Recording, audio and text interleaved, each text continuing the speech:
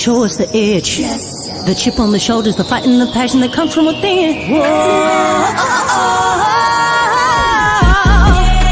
Try to win on every level. Yeah. Expectations high. Gotta show them you can fly. Play harder, better, smarter. Baby, put the league on notice. Show me the edge, yeah. Play with the edge, yeah. Show me the edge, yeah. Play with the edge, yeah. Show me the edge, yeah. Show me the edge, yeah, yeah. Whoa, and see the walk of shame enough.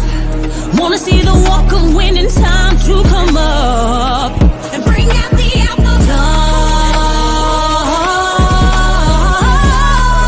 Don't every play, every possession.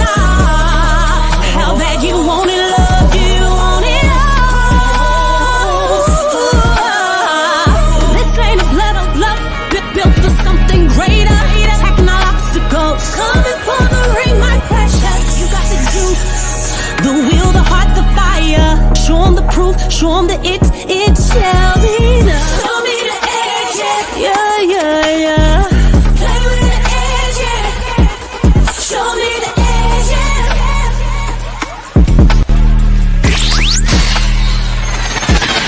You're listening to the Pelicans Postgame Report on the PRO Media Network for all things Pelicans. All right, Coach. Fast start for your team. Yeah. You got out quickly, and then it seemed when Russell Westbrook came into the game that changed the whole complexion of it, and their defense was really, really good tonight. Yeah, they were good. They were the more forceful team, like you said, Graf. I thought when Russ entered the game, their second unit, they played with a lot of force and just thrust up and down the floor, and it changed the game. You've had some teaching moments this year. You know, you've been a resilient team after some tough losses. Is this going to be one of those teaching moments again to respond after a game like this? For sure. It's definitely a teaching moment. You lose a game and you want to see what you did well and see what you need to improve on. But at the end of the day, we don't want to be an emotional team and hang our hats by every single win and loss. We got to stay the course. And tonight they were the better team. Yeah, you guys put up 15 points in the second quarter. It looked like just the offense kind of dried up those last 6 minutes. So what did you see overall offensively in that quarter? They were physical. They were aggressive. They had their hands on us. They mixed up their defensive coverages. They blitzed some pick and rolls. They switched some pick and rolls on us, and it just took us out of what we wanted to do. And we were a step slow tonight. Z stayed on the bench after coming out with that right leg contusion. Was that more of just a kind of precautionary thing as you guys get ready for this road trip or anything like that? I'm not sure. I just know that, he pulled himself and, it's a right leg contusion. That's as far as I know right now. And it was something that happened in the third, or was it before halftime? I think it was before halftime. Yeah. And, what did you think about just the way they executed in half court? That's an area y'all have been really good in, half court defense, but it seemed like they just had a lot of success slowing the game down and getting the shots they wanted. Yeah, they were good. Their isolation basketball is superb. Their ability to shot fake, drive, kick, get open threes. Give them credit. They came in and they did what they needed to do to win. They were a more forceful team. They executed a bit better than us, and it wasn't our best game at all. Coach, you mentioned that the force was missing tonight. Yeah. What about the pace? How do you feel about the pace? I don't think you guys got your first fast break points until third quarter. It was slow. We were a step slow. And, look, I can look out on the floor and, maybe it's fatigue or something like that. But at the end of the day, I don't want to take anything away from the Clippers. They dominated the game after the first 5 minutes. We have to be better. We know it. Our guys in the locker room know it. And we'll come in tomorrow, watch film, get on the floor and work. Coach, midway through the second quarter when they started making that run, seemed like there's a chance for a timeout, 5.5 minutes left, but you let them play through that, their issues, like 2.5 left.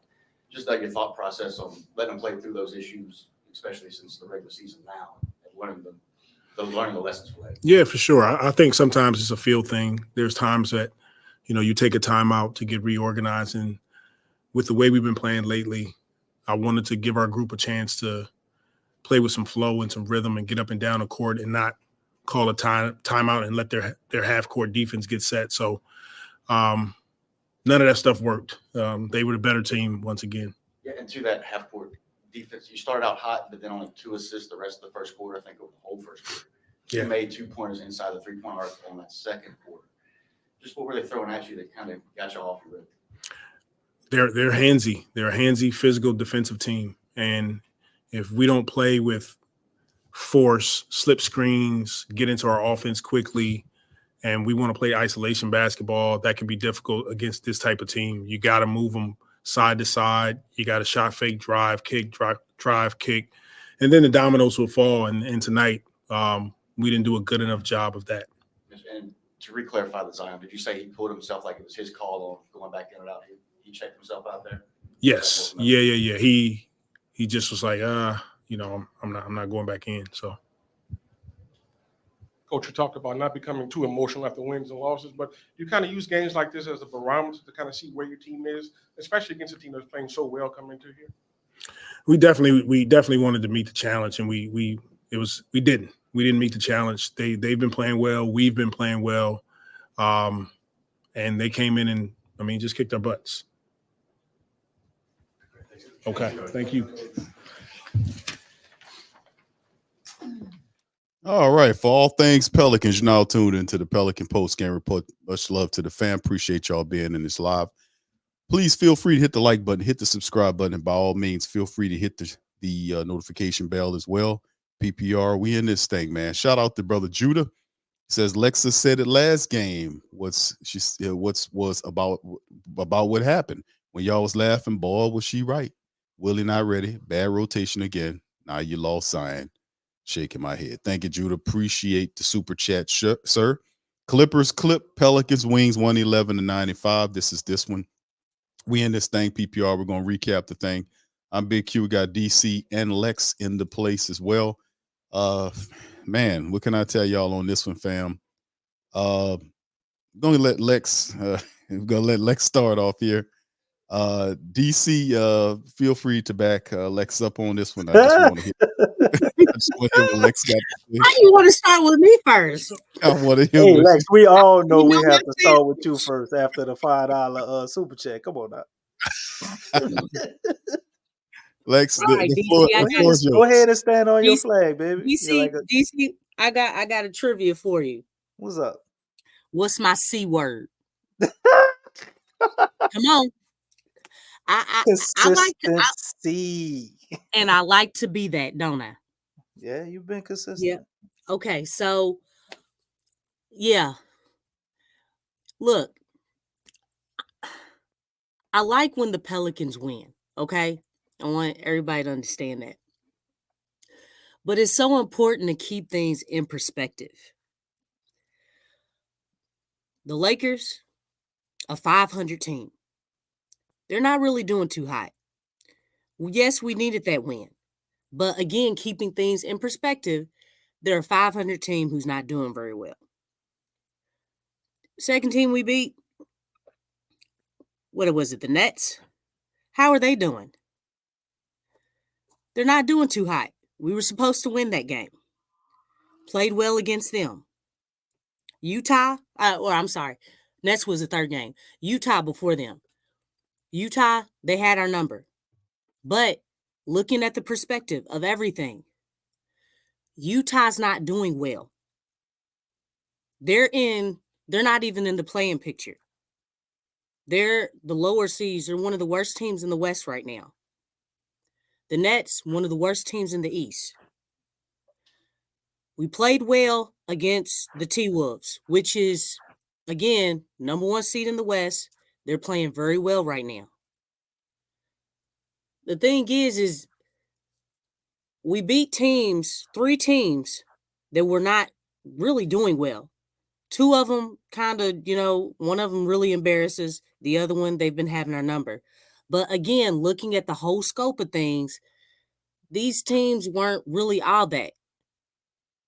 That's why I wasn't celebrating those wins. We're supposed to win those games. T-Wolves, that was a tough one. That was a good win. But guess what, everybody? again against the better teams. And again, it's not like we're going to win all these games, but look at the drop off. Look at the drop off. The drop off was really bad tonight. One thing I said in our last show is that this team is not yet known as a 3-point shooting team. We're not known for that. What's the strength on this team? It's the inside game. Right off top, I noticed that they were actually kind of going away from that. They were, and then again, Slim said it. Second quarter, I know everybody saw that lineup. I know everybody saw that lineup. Horrible lineup. What is Jose doing guarding Daniel Tice? Why was he guarding Paul George?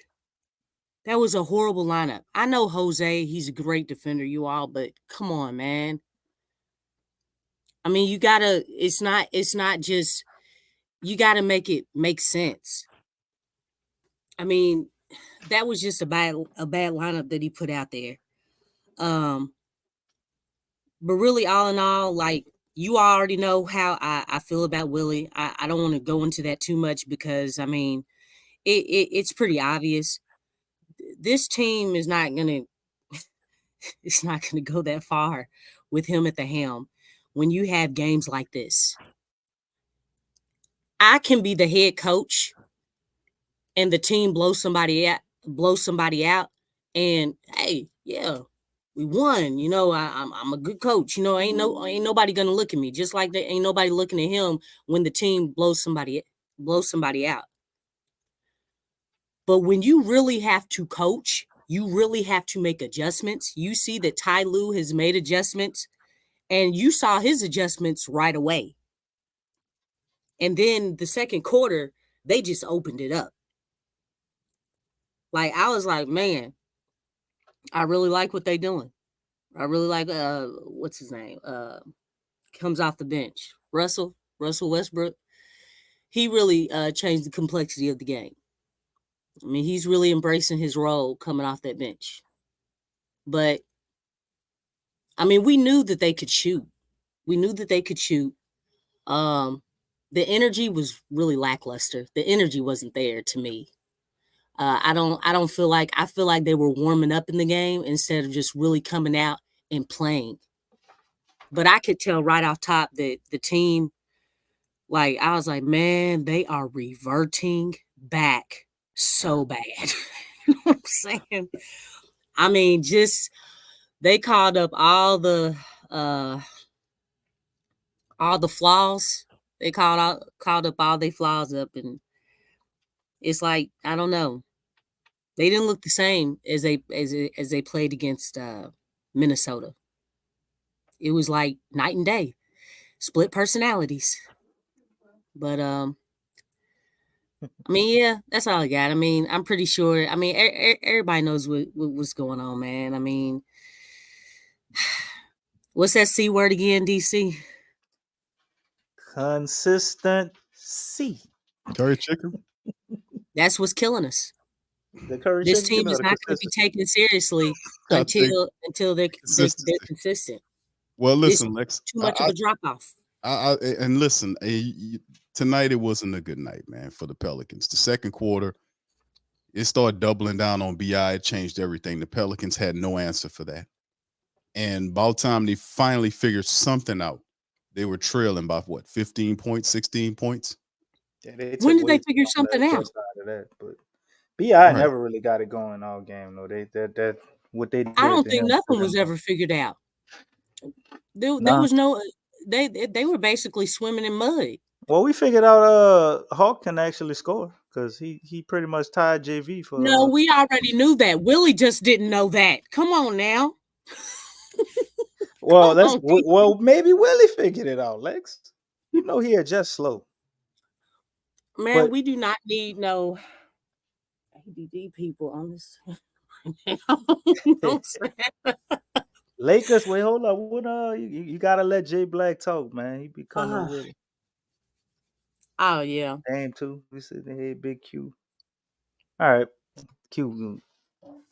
We are 2-1 against the Clippers. Damn, this is an overreaction. Okay. No, it Jay ain't no Carvello, overreaction. major I overreaction. disagree.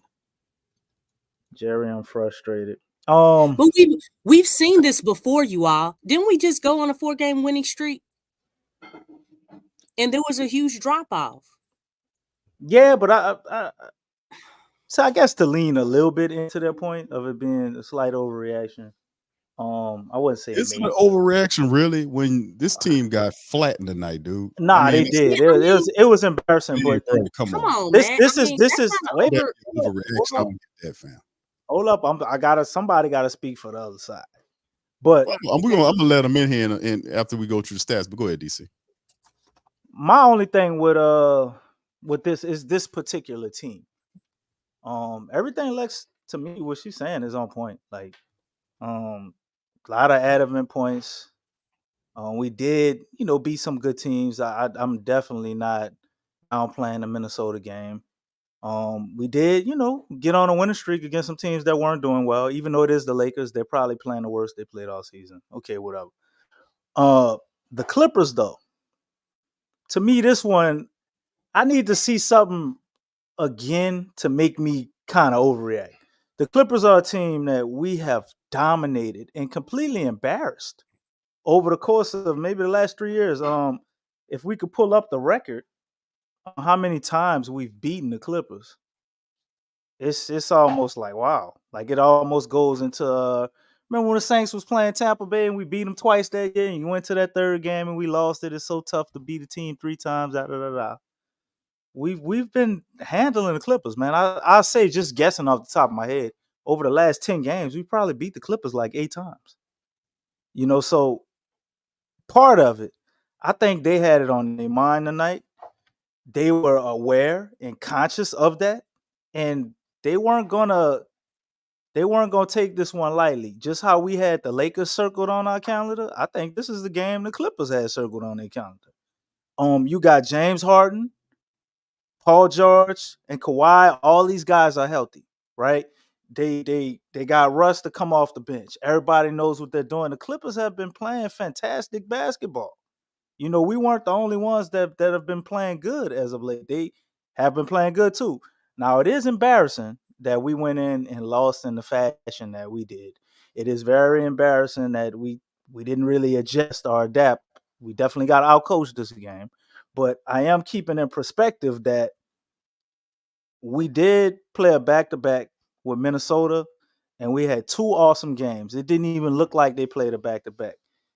It kind of looked like to me this one kind of caught them. This looked like the back-to-back game right here, as opposed to how you thought they might look on the back-to-back against Minnesota on that short turnaround of travel and all of that. But ain't no excuses. We should have never lost like this. But I'm not ready to just say, oh, this is who they are. See, they never got it together. They didn't hit anything. They didn't put anything together with the consistency between Zion, BI, and CJ. And when we seeing them, score 20 and kind of, I'm not ready to say that just off of this game because I thought this one was going to be a tough one before we played it. I thought we had a high chance to lose this game because of how well the Clippers have been playing. And I mean, at what point will the team have some pride, man? Let's be honest. The Clippers have been our pinata for a while. Last time we played the Clippers, they had a goddamn meme going around, a Zion staring over James Harden while he on the ground looking stupid. We embarrassed them people last time. They remembered it. They came back and avenged themselves. That's how it looked to me. Now we got another team. Now we got a similar track record with in the Sacramento Kings coming up on Sunday. Same type of game.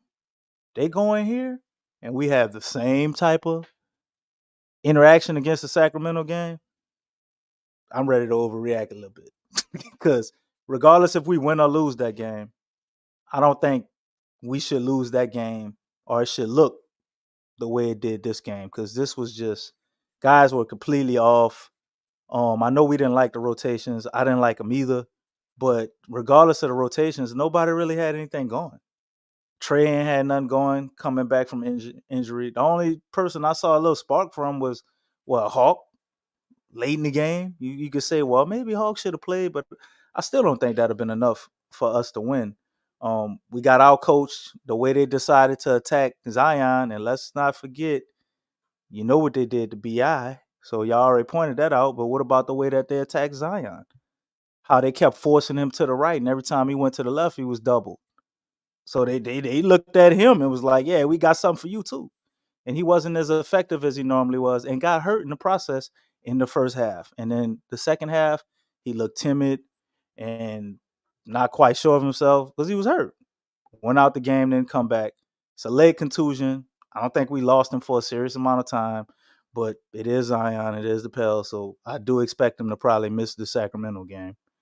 And let's see what they look like, going into the stretch against these other teams. And then everything, you saying, Lex, and everybody else in the chat who's saying, see, I told you, look, it'll all be validated then. The month of January is a proven month for us. What we see them do in January and who they consistently are this month is who they are. I do want to say I'm not overreacting. I really am not. All I'm saying is that there was just a huge difference between the competitiveness of the games. There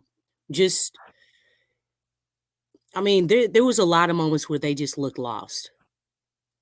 A lot of moments. And I'm not in panic mode or overreacting or anything like that. I'm just saying that, like, hey, even if they would have lost this game and the game was like closer, like, because I'm looking at the game. It's not so much as, okay, I know we've been having the Clippers number. You know what I'm saying? But I'm actually just looking at this collection because the identity of this team is more so making it more personable. The identity of this team has really not been clear. It changes a lot. And that's all I'm saying. Like we just don't I don't feel like it's a clear cut like foundation of, hey, we know who we are, we know what we're trying to do, all that stuff. And I just don't think that's been a problem all year. That's not something that just popped up. So, I mean, even in wins, I've voiced that, even in wins, like, we didn't look good in wins either. You know what I'm saying? So, I just want to make that clear. Like, it's looking at the game, seeing how guys are playing, seeing just the sets, and what are we trying to do out there? What are the plays? How are we responding to different situations? I'm looking at that stuff. So I just wanted to make that clear. All right. Thank you, Lex. All right. So let's get into some of the individuals and team statistics, family. Then we'll move it along. We'll get into the Pelicans and Kings preview that comes up on Sunday afternoon. And then we'll open up the phone lines. I want to hear from some of the family members too tonight on the Pelican Postgame Report. So y'all do us a service and hit the like button. And feel free to hit the subscribe button if you're not a subscriber as well. Pelicans tonight shot 36% family from the field, 33 of 92 from the field. They were just over 41%, 12 of 29 shooting, 17 of 23 from the foul line for just under 74%, 43 rebounds versus 50 by the Clippers. They had 22 assists tonight, 9 to 6 on the steal situation. And the Pelicans really only had 9 turnovers tonight. The fast break points, 13 and 11, they really didn't have any points. I think at halftime, fast break points, it was like 11 to nothing or something like that. But anyway, outside of that, very disjointed game. It all kind of, like I said, we talked a lot about it just a few minutes ago. It really kind of went south in the second. As you can see, 30 to 15 was the scoring in the second period, and that really impacted what we had going on. Zion Williamson finished with 12 points and 19 minutes of action. You heard Willie said he checked himself out, then said that he's not going back in. BI had 12 points on 3 of 9 shooting, same percent field goal attempts and makes as Zion. 3 for 9. Both guys were 6 of 8 from the foul line for Zion, 6 for 7 from the free throw line for Ingram, 12 points apiece for both of those, 12 for CJ in 31 minutes, 4 of 13 from the field, 4 of 9 from downtown, 12 points, 6 boards, 3 assists. And then you had the Val, who was the top scorer, tied with the top scorer with Hawk, 13 points, 11 rebounds by Val in 23 minutes of action. And Hawk off the bench with 13 points in 6 minutes.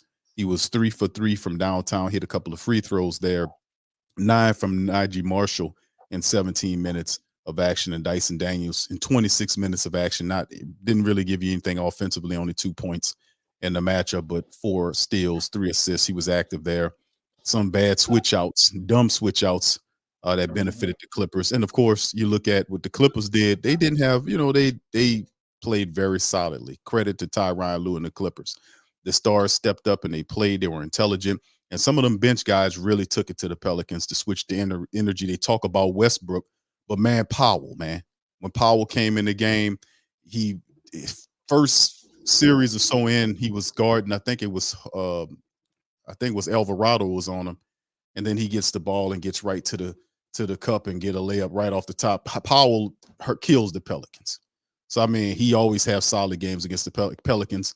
13 points from him tonight. He was plus 36 tonight for the Clippers. So 24 from Paul, and Kawhi had 19, 15 from Zubac and several other players. But like I said, they played well as a team tonight, and they snuffed out the Pelicans. Stars couldn't get anything going. We could not adjust. So that's some of it. DC, Lex, I know y'all talked a lot about stuff that y'all seen during the game. Anything else y'all want to add to this here before we switch to the preview? Go ahead, Lex. Ladies first. Oh, no, I'm good. Oh, all right. Got it all off our chest. All right. I don't want it to be no overreaction. No, hey, listen. I said slight. You know what I'm saying? I said slight because they were saying it's a huge. I said slight because I mean you're right. But my thing is, I kind of looked at the Clippers as a team that could get us because we just came off that win, beating the best team in our conference, and we always play well against the Clippers. I know they ain't always healthy, but even when they were healthy, you got to go back some time. We might have had a slightly different team, but we still was handling them then. But what you see tonight, man, is one of the ones you got to chalk it up. Zion played 19 minutes. He got banged up. CJ, his numbers don't look crazy, but he probably was the one at least earlier in the game that was playing the best. And BI he couldn't get nothing going, man. You got Najee that did give you a slight spark. Trey 1 for 9. I think that's huge. Huge. If for to beat the Clippers tonight, we would have needed at least a 15-point game from Trey or something like that. With him not being able to give us nothing, fresh off injury, just getting back in the groove of things, that killed us. I don't know if Willie was maybe, I guess, cautious with just throwing him out there to the Wolves, and that's partially why we're seeing some of those lineups, because you're looking at BI surrounded by all 9 scorers. Like, I'm sitting here in front of my TV like, bro, we ain't scored in like 3-4 minutes, and ain't nobody could score out there but BI. You know what I'm saying? And it's just a disaster. Just the whole thing, man. They didn't have enough energy and effort, the whole game to execute offensively. They weren't put in the best positions to succeed. And this is the outcome of that. Pack it up and we can move on to Sacramento, DQ. Amen to that, brother. Amen to that, man. We is this I guess this will qualify as one of those burn it games, right? You just like the film on fire. Would that would this qualify as it? No, because the way they play BI and the way they play Zion, I want them to continue to see that and see what they did and be prepared next time they see a defense like that. They should keep this one on repeat, in my opinion. Keep it on repeat, DC. That's your Go back and keep watching it because they played excellent defense on both of them.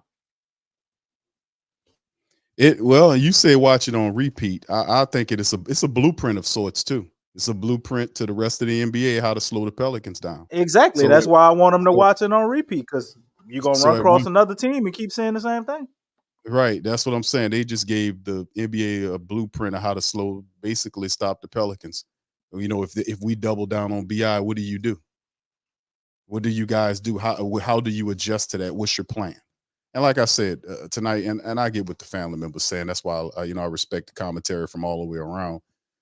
But this is something, we'll see how the team adjusts moving forward, man. Let's just say that much. But anyway, next matchup, we got the Kings coming in. The Kings they beat Orlando, I think, and they taking on Toronto right now, if I'm not mistaken. Let me see if I can see what time it is on the game. They playing the Raptors right now, and they beating the hell out of the Raptors by 20 at halftime right now. So 20-13 Kings up 77-57 on the Raps right now.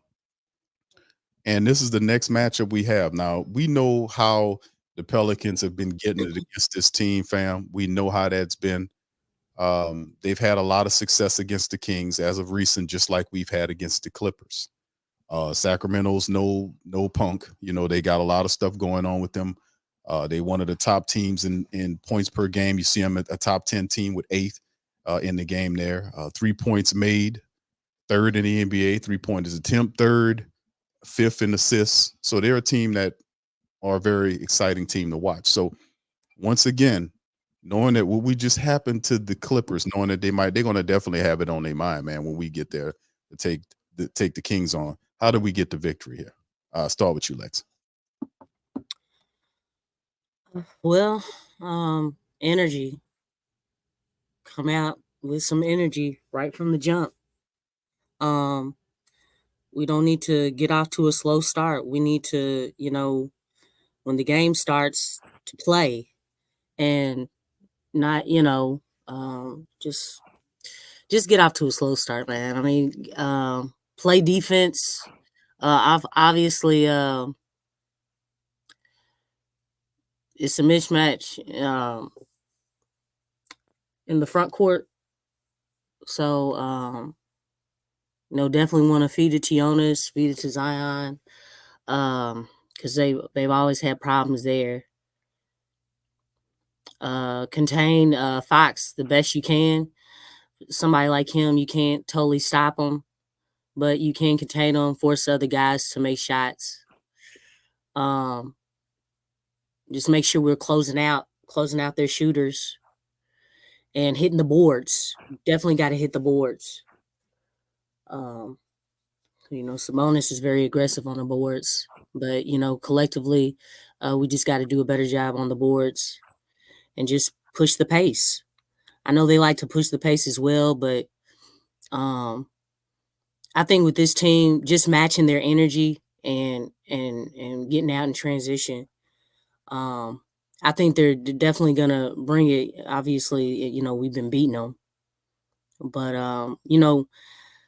they're gonna be coming in with a lot of energy. They're gonna have, like you said, DC, all those losses that on their mind that they lost to us. So they're gonna come with it. They're gonna make adjustments. We got to be ready to make adjustments to their adjustments, because obviously they're going to do something different than what they've done in the past, because those things did not work. So we just gotta. I think the biggest thing is just matching their energy, because they're gonna come in with the mindset that, hey, we got to get this team. We got to beat this team. This team has been beating us too many times. So that's basically it. Yeah, and you're absolutely right. The Pelicans right now, family, they lead the regular season series on the Kings 3-0. 3-0. The first matchup where they beat them 129-93, they just knocked them on out of here. Then 2 days later, they beat them 117-112. Then early in December, they beat them 127-117. So at some point, and there's 2 more games against this team. We got them on Sunday afternoon, and then another matchup in March. No, it's April the 11th. So yeah, so there you go. So Pelicans right now dominating this matchup thus far. DC, you got anything to add to the Sacramento matchup? We move on. Yeah, man. Like I said earlier, this is a similar situation. Not as good of a team as the Clippers, but a good team. The main thing with Sacramento, from what I can see, man, is 3-pointers, 3-pointers, 3-pointers. Your perimeter defense is crucial against them, man. If you allow them to get those barrage of threes going, they'll bust you up, bro. Still, we got to see how they guard Bi, how they guard. Well, Zion probably ain't gonna play with the leg contusion. I'll be shocked if he plays as soon as Sunday. They probably hold him out for this game, and then he'll play that next game. So we got to see how they guard Bi, man. He's definitely gonna have to get it going and redeem himself, which he usually does when he has a game like this. He usually comes out the next game and kind of has a pretty damn good game next game. But Sacramento ain't they're not gonna roll over and give us this one, man. They're the team that's in front of us in the standings, as you can see right now. Just like the Clippers were in front of us, like they got something to play for. This is we we beat the Clippers. We wouldn't have jumped them, I don't think, today, but it'd been right there.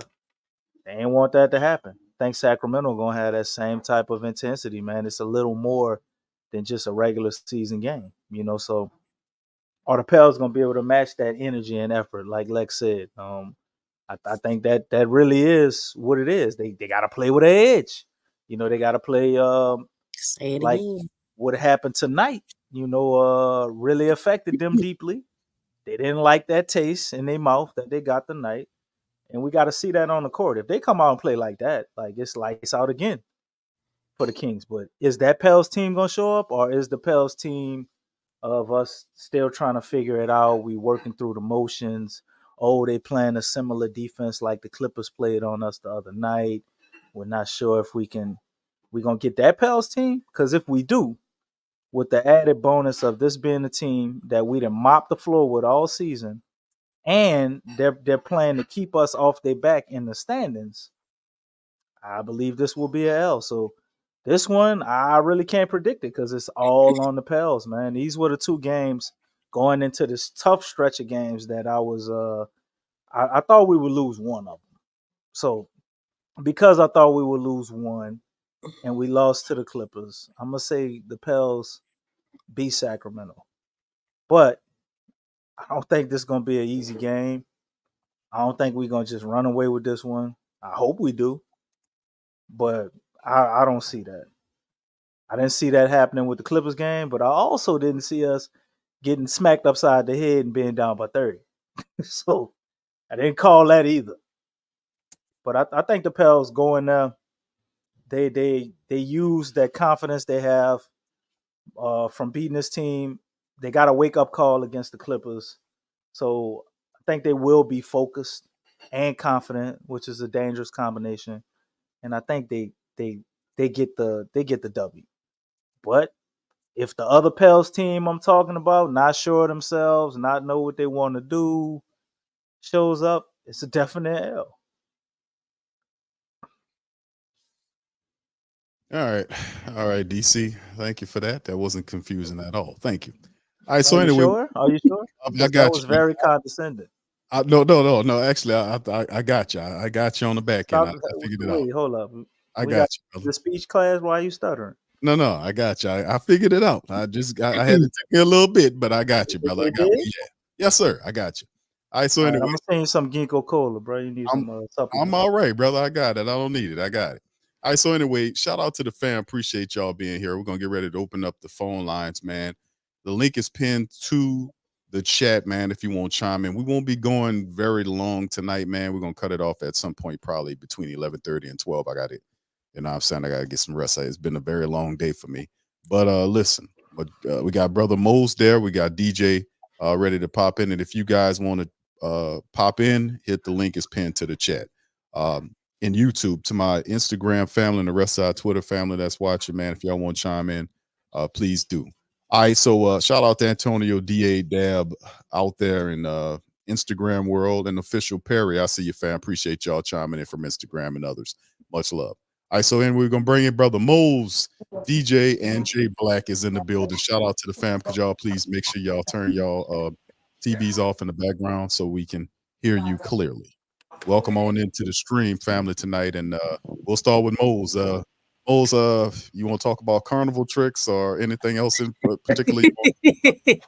What's up, Mose? Listen, Big Q, my brother, I need you to give me a little attitude tonight, man, because I appreciate the platform, man, and what you allow us to do here, but I want to give you two instances in history before I get started, man. One distant history and one not so distant history, right? Don't you know? I know you guys all know about that. I have a dream speech, the 1963 March on Washington, right? Do any of you guys know that every speaker was supposed to have 3 minutes and then come down and let the next guy speak? But when Brother Martin got up there, he got on fire and got going, and the whole format just changed. It just flipped at that point. That's how he continued for us to get that I Have a Dream speech, was most probably the greatest speech in American history since the Gettysburg Address, right? Okay. That's the first instance I'm going to give you, okay? The second instance is just the other day, the Cat Williams interview with on Club Shay Shay, where he was ripping everybody's head off, and Shannon was saying he came in with a format, and Cat got to talk, and he just had to rip the format up, right?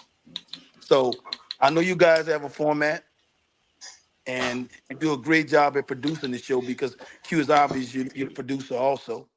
But I don't give a damn about no Sacramento Kings right now. I want to bust Willie ass right now on what I just saw tonight, right? Bust That's his the thing. ass. That's the thing. And Lex, don't you back down. Don't let them people back you off of how you feel about this. You don't have Oh to no, I'm good. conform to all of this stuff because I say it all the time, man. Willie paint by numbers. As long as everything is going okay, he's got his little format when the game starts, and I'm gonna do this, and at this point of the game, I'm gonna run this one in, I'm gonna run this one in. But when you get into crisis mode, this is where people like Phil Jackson, Ty Lue. This is why Ty Lue is lauded as being one of the best coaches in the NBA, where they can make the adjustment on the run, right? Yeah, I got a game plan, but you know what I see right now? They're blitzing Brandon at the top of the key. He can't get a shot off. We can't even move the ball. The ball got stuck in his hands. We down at the end of the shot clock, and I don't have any offensive players in the game. Right? I'm gonna bring this defensive line. I'm gonna bring Jose, and I'm gonna bring Dyson, and I'm gonna bring Najee because those are the guys I normally put in at this point of the game. Man, at that point, you're supposed to tear the script up and say, you know what? I got to coach this game by feel. This is what's going on right now. So I have to adjust on the fly. I have to tear my script up. I have to put some shooters in that game and spread that court. Brandon had 4 points going into the third or fourth quarter, and it wasn't his fault. There was nowhere to operate. They were all over him. The guy, those rotations, man. At one time he had Najee, Dyson, Big V, and Jose in the game at the same time. I'm like, is this man out his mind? And he's getting paid? Man, are you getting paid to do something so stupid like this? That's the thing that bothers me, man. Look, the Pelicans have a great opportunity to play in the conference championship, but you have to make some moves, man. You're not. This is not the roster that can get you to where you want to get to, right? This is the West is wide open. You have to be able to beat the Clippers. The one thing about the Clippers, bro, they got shot makers, dude. You could, man. Okay, I'm gonna put these great defenders on the court like all y'all like to talk about. In the NBA, when you got dogs who can get buckets, there is no defense for no guys who can go get buckets. Look at the history of the game. You can't stop guys who can score. Guys who can score, they gonna score. And them boys got 4 Hall of Famers over there, and they all can get buckets whenever they want to go get buckets. And you saw it tonight. You saw it tonight. So when that happened, you know what I need to do now? I need to put my offense on the court. You know why? Because my offense needs to be my defense. I need to make you hustle on defense and defend me like I'm doing on the other side against you. And that's all I'm saying, man. You can't just say, okay, these guys are great. Okay, You can't stop no Paul George when he's got it going. You can't stop Kawhi when he's got it going. You couldn't stop Michael Jordan when he got it going. You couldn't stop Kobe when he got it going. You can't stop Bird when he had it going. You can't stop Dominique when those guys got it going. Man, them guys are better than defense. That's what people have to realize in the NBA. If you ever played basketball, I know you guys have. If you're on the court and somebody can go get buckets, bro, you can knock them. You better be knocking them down and holding them, because if they got it going, you done. I don't care what you doing. That's all I'm saying, man. We have to make Willie got to be better. Willie has to be better. And what y'all call him? The dude in the front office, Griff, that clown right there. Dude, you have to make moves right now. You have to go out and get a Laurie Marketing or a Tyus Jones or a Sexton or who. Put some kind of trade together, man. I don't love Jose them, dude. They okay guys. They guys, but I don't love no 3s and 5s and 3s and 4s. Man, go get me some 9s and 10s. You know what I'm saying? Go out and make the trade. Go out and bust something up and go get some, like, think about if Marketing was on our team right now.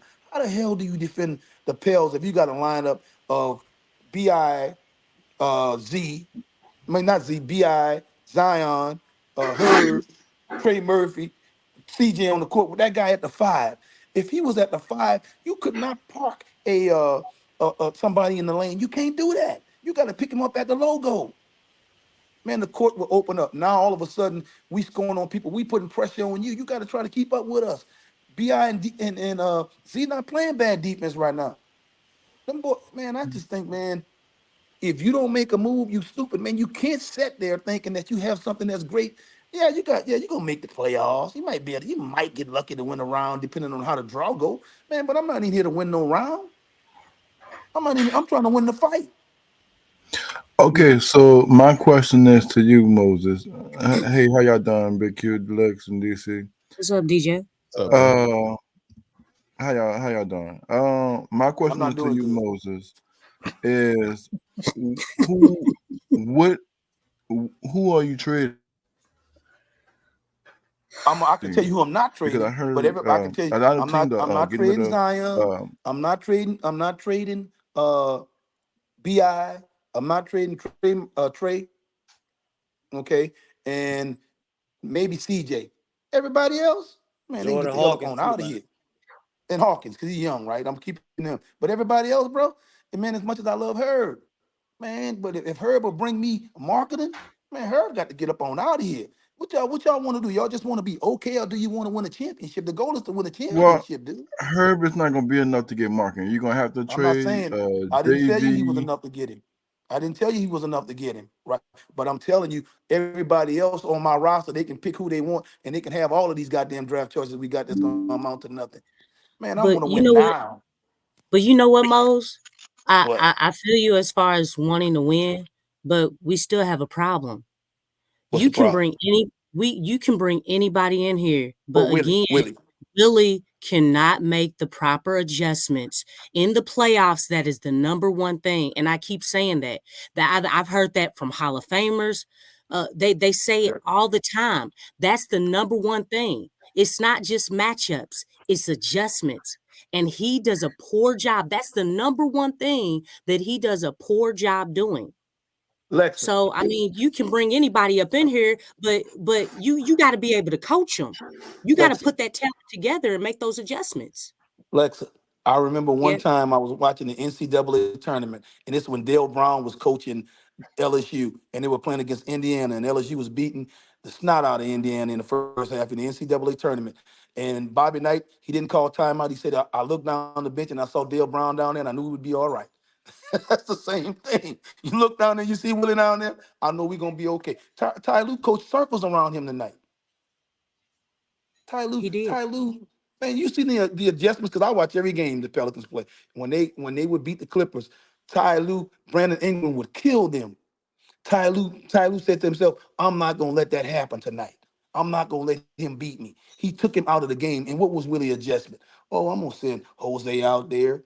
I'm going to send Najee out there. I'm going to send Dyson out there. Man, this dude, I'm telling you, Willie Green, when Willie Green went to school, he stayed in the same class all day. I don't care what nobody say. God damn, Mose. I mean, that's BS, bro. I mean, we Stay all in the know same that. class all day. All right, man.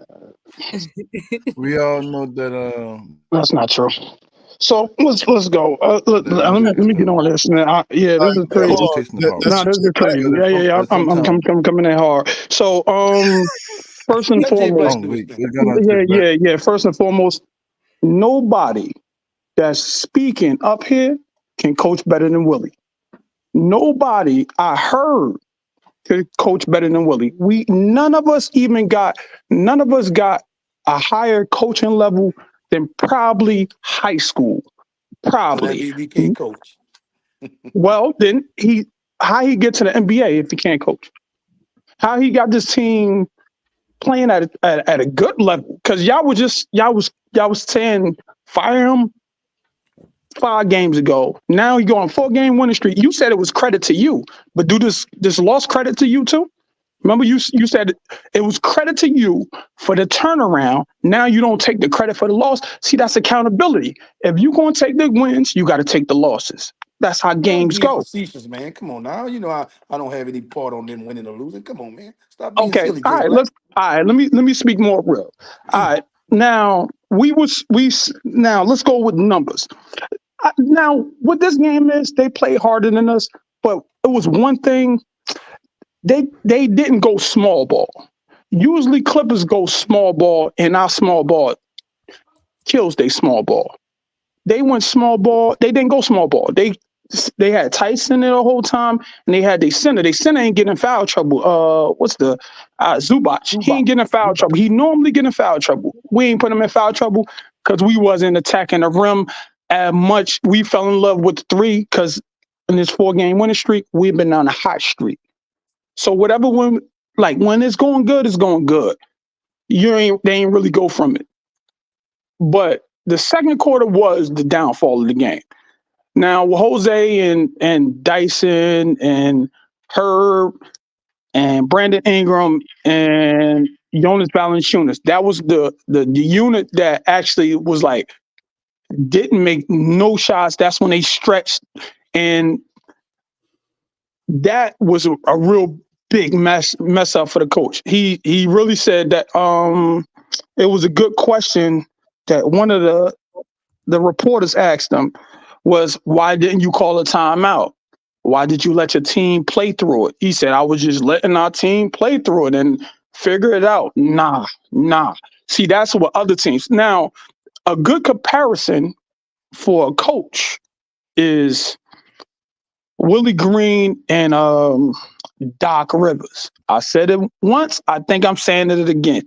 Doc Rivers don't do good at in-game adjustments, and Willie Green ain't great at in-game adjustments. But now that falls on the players. Then, if we want to win the championship this year, it got to be the players. If you're gonna say if Willie can't do in-game adjustments, then it falls on the players. Y'all can't just, because what this fan base doing is a scapegoat every year. Is if CJ get traded, it's gonna be CJ. It was Jose. It's Jose now. Jose and Najee. And y'all said playing Jordan. Y'all said play Jordan Hawkins.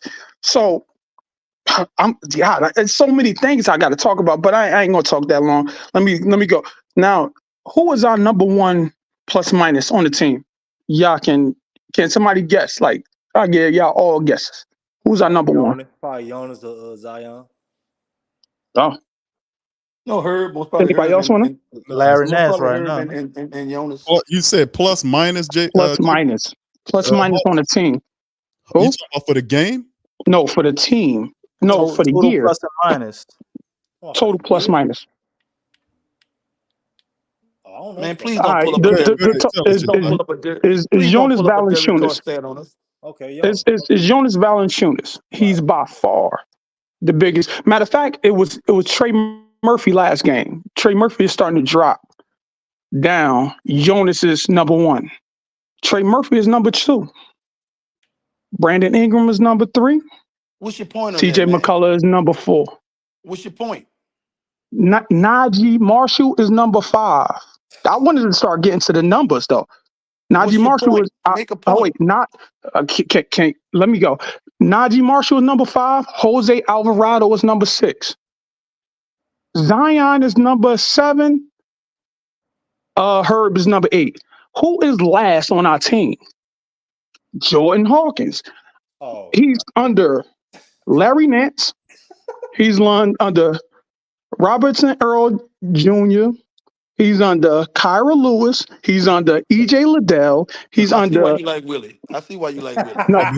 But Jay Black, Listen, he was and a he put plus up 30 on the Nuggets. It's Nuggets. not. What you getting at It's here? not You all can't about leave him alone. analytics, though. Jesus Christ, man. oh, It's more than just analytics. let me.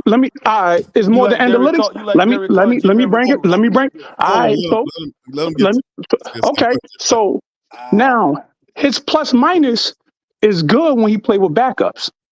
When he played with Matt Ryan, when he plays with other people, his plus minus is bad when he played with Jonas, when he played with Zion, Bi, and Herb Jones. Terrible. Jonas, Valanciunas, Trey Murphy, and CJ McCullough. It's terrible. He got 3 units that's like his plus minus is above and positive. What's your And it accent? probably just changed. Q. What's your accent? Jay Black is a plant, bro. I don't do So let me ask you something. You tell me something about coaching. Since you saying I'm a plant, tell me something about coaching. Exactly. You're gonna give me a whole lot of soliloquies and say, "Oh, I ain't gonna give you. I ain't gonna give you you no. want to talk You know what I'm about gonna tell Dr. you? Martin Luther King and talk about all You these know what I'm other gonna tell places." you? Come on. You know See, what I'm gonna tell I you? didn't do personal attacks on you. I didn't say Jay anything Black, about your Jay Black, name. hold on. Let's stop for a Yeah, second. I didn't say anything about you. I ain't Let me even say have to this. say anything because I know you're not a good This is what the coach. Pelicans locker room need right here. I like this. I Yeah, don't. But look, I don't get paid to coach. Drama. What the That's heck what you we talking need. about? Yeah. but you get paid, you get paid to criticize. Hold on, You Jay don't get Black. paid to criticize Jay either. So if his I am a criticism need to be fan. I am a consistent. fan of the team, bro. It's the Okay, passion of the fan base. So if you then want me to be where was your apathetic passion when about they it and was say, winning? okay, everything is all right. No, I'm the same way all the time. I'm like the gospel, baby. I'm the same way every Oh, time. But what I'm okay, telling you no, you're is, not. bro, all I'm telling you is, Okay.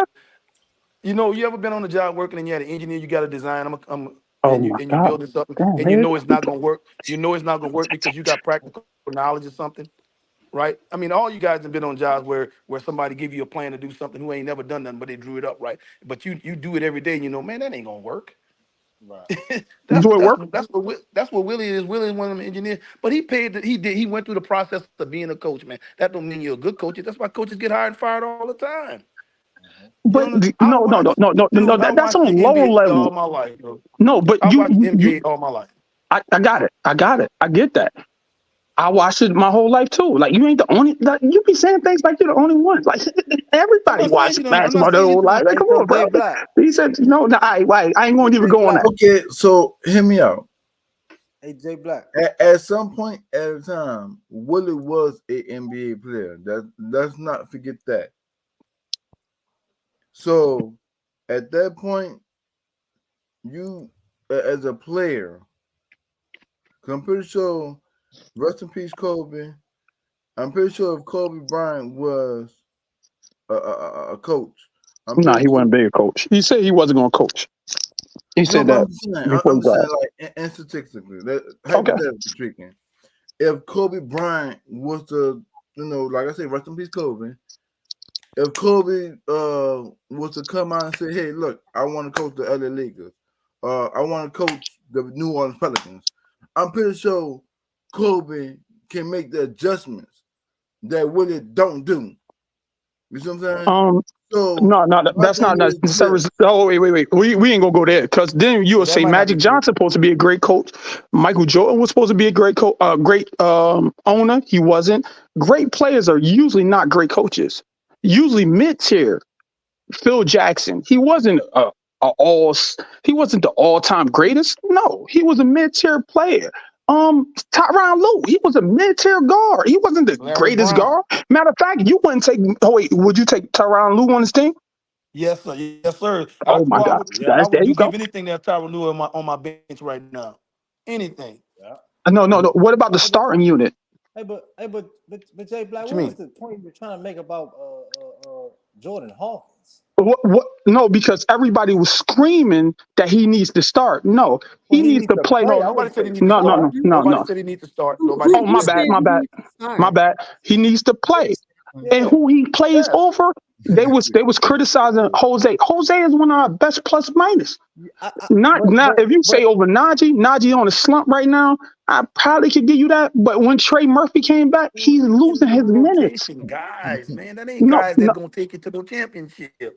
They none of not. these guys are. What are you talking about? Well, that's Jordan Hawkins is a developmental. You gonna lose more make games some than moves. win. Make some moves. We have the nucleus of a good ball Oh, club that can get there. but if you crying about that, then don't mix both of the two. If you gonna say make a trade, make a trade. I can't do nothing about making a trade, but we got to deal with the players we got here now. Now, if Jordan Hawkins, if you say you're gonna clear, taking away Jose Alvarado and Najee Marshall, might I add they're the lowest players on our team that's playing minutes. You ain't even gonna get a good trade for them. I'm not You got to necessarily trade trading them. somebody You ain't like. gonna Oh trade wait, them. No, if you nobody trade want them. CJ, that's why I kept saying trade. If you're gonna go for CJ, he makes the most money. If you want to make an overhaul deal, I don't know what deal you have in But mind. nobody's gonna Hey, take how CJ. did you like? It gotta be Big somebody with salary. real money in, Hey, huh? It how did, depends on the situation, Mose. Man, Laurie Marketing making $17 million a year, man. Oh, but who you gonna take? Who you gonna trade? You can't.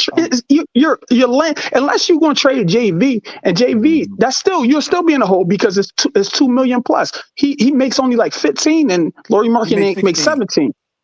Okay, Man, 16. All right, then you but still a million. We in a hole now. you're throwing a Dyson and a Kyra because those are expired. The- That's an expiring contract, and Oh, you're gonna have to give them Kyra, yeah, you three could number throw in ones. Kyra, but you could throw in It's Kyra, a, but you ain't throwing no Dyson. There's no way in hell they Yeah, throwing you in ain't doing Dyson. that no nothing. That's a What? bad. Nah. man, See, I'm hey for Jay Laurie Black, how you Marketing and like? like maybe one of them other guards they got. Man, I'm moving them cats.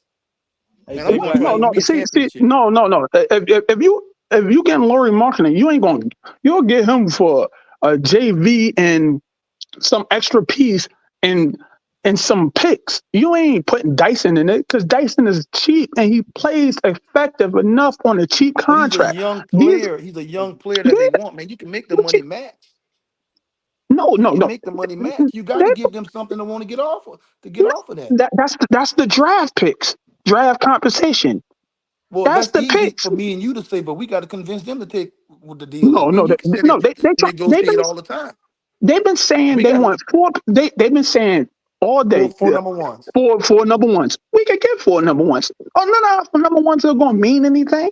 All our teams Yes. that we got number one, except for the Lakers. The Lakers look like they going in this tank. But for the most part, all the number ones that is our number one is Milwaukee Bucks I'm and the getting rid of Lakers. all of that. I'm getting rid of all of I that. am too. Oh, I am too. But you got to convince Griff. Now you in a crazy dynamic because now if you make this trade, you got Willie Green that you ain't gonna resign at the end of this year. This is contract year. Hey Jay I'm Black, moving how him you out of like? here. Hey Jay Black, how you like Then he 13 should do it points in now. 6 Then. minutes? Oh wait, no, I agree with you. Oh wait, I agree with you. If you want to move him now, he ain't gonna move him now. It's all on Griff. If y'all pointing y'all finger at Willie Green, it's Griff. If No, I agree he with you. either he go, I agree Hold with on, you. hold on. And Yeah, everybody, Jay Black, hold on just a second. I'm gonna give you the floor again, bro. Let okay, me because it's a lot to unpack what you're saying, my brother. So yeah. I'm sitting back doing Fire in analysis. here tonight, baby. Yeah, it is.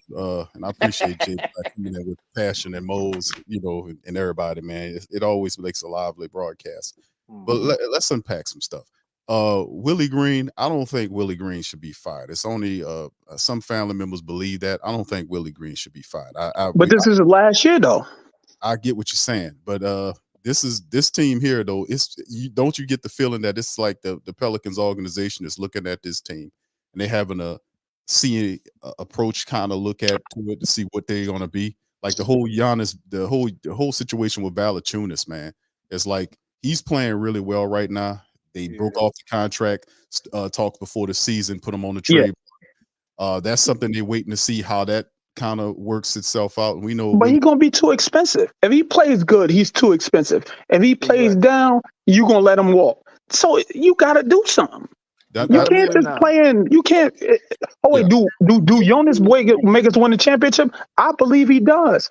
Do Willie Green make us win the championship? That's the question. That we in a bind regardless of whatever y'all say. It's always moving parts. That's why I said that's why I said before. If you fire Willie Green now, you can look at James Borrego and see if he's good as the interim. If he don't do nothing this year, then you could get a better coach. But if you sit on Willie Green knowing he's not coming back, matter of fact, we can ask anybody. Everybody knows he ain't coming back, right? For the most part. We don't know that because they do things. We don't know who's going to do. Right. They do stuff all the time. Weird. Oh yeah, you're right. You're right. They may not make a trade at the trade deadline. They may just be waiting because they're seeing what's going to happen with these guys. Somebody's going to have to go. We know that. Right. So But I think it's going to be probably a low level. But if you're saying a big trade, we ain't used to big trades except for CJ. Bro, I'm trying to win a championship. I think we got a chance to win. I think we got enough right now in our stars that if we make another move, bro, that can put us right square in the middle of that thing. I'm not, man. This might be the best chance the Pelicans ever had. Go ahead, Lex. Yeah. You have guys. There's a lot of situations going on in that locker room. Okay. Yes. You got Willie, obviously, in his situation. He hired his coaching staff. He got his guys up in there. Now we can see what he's about.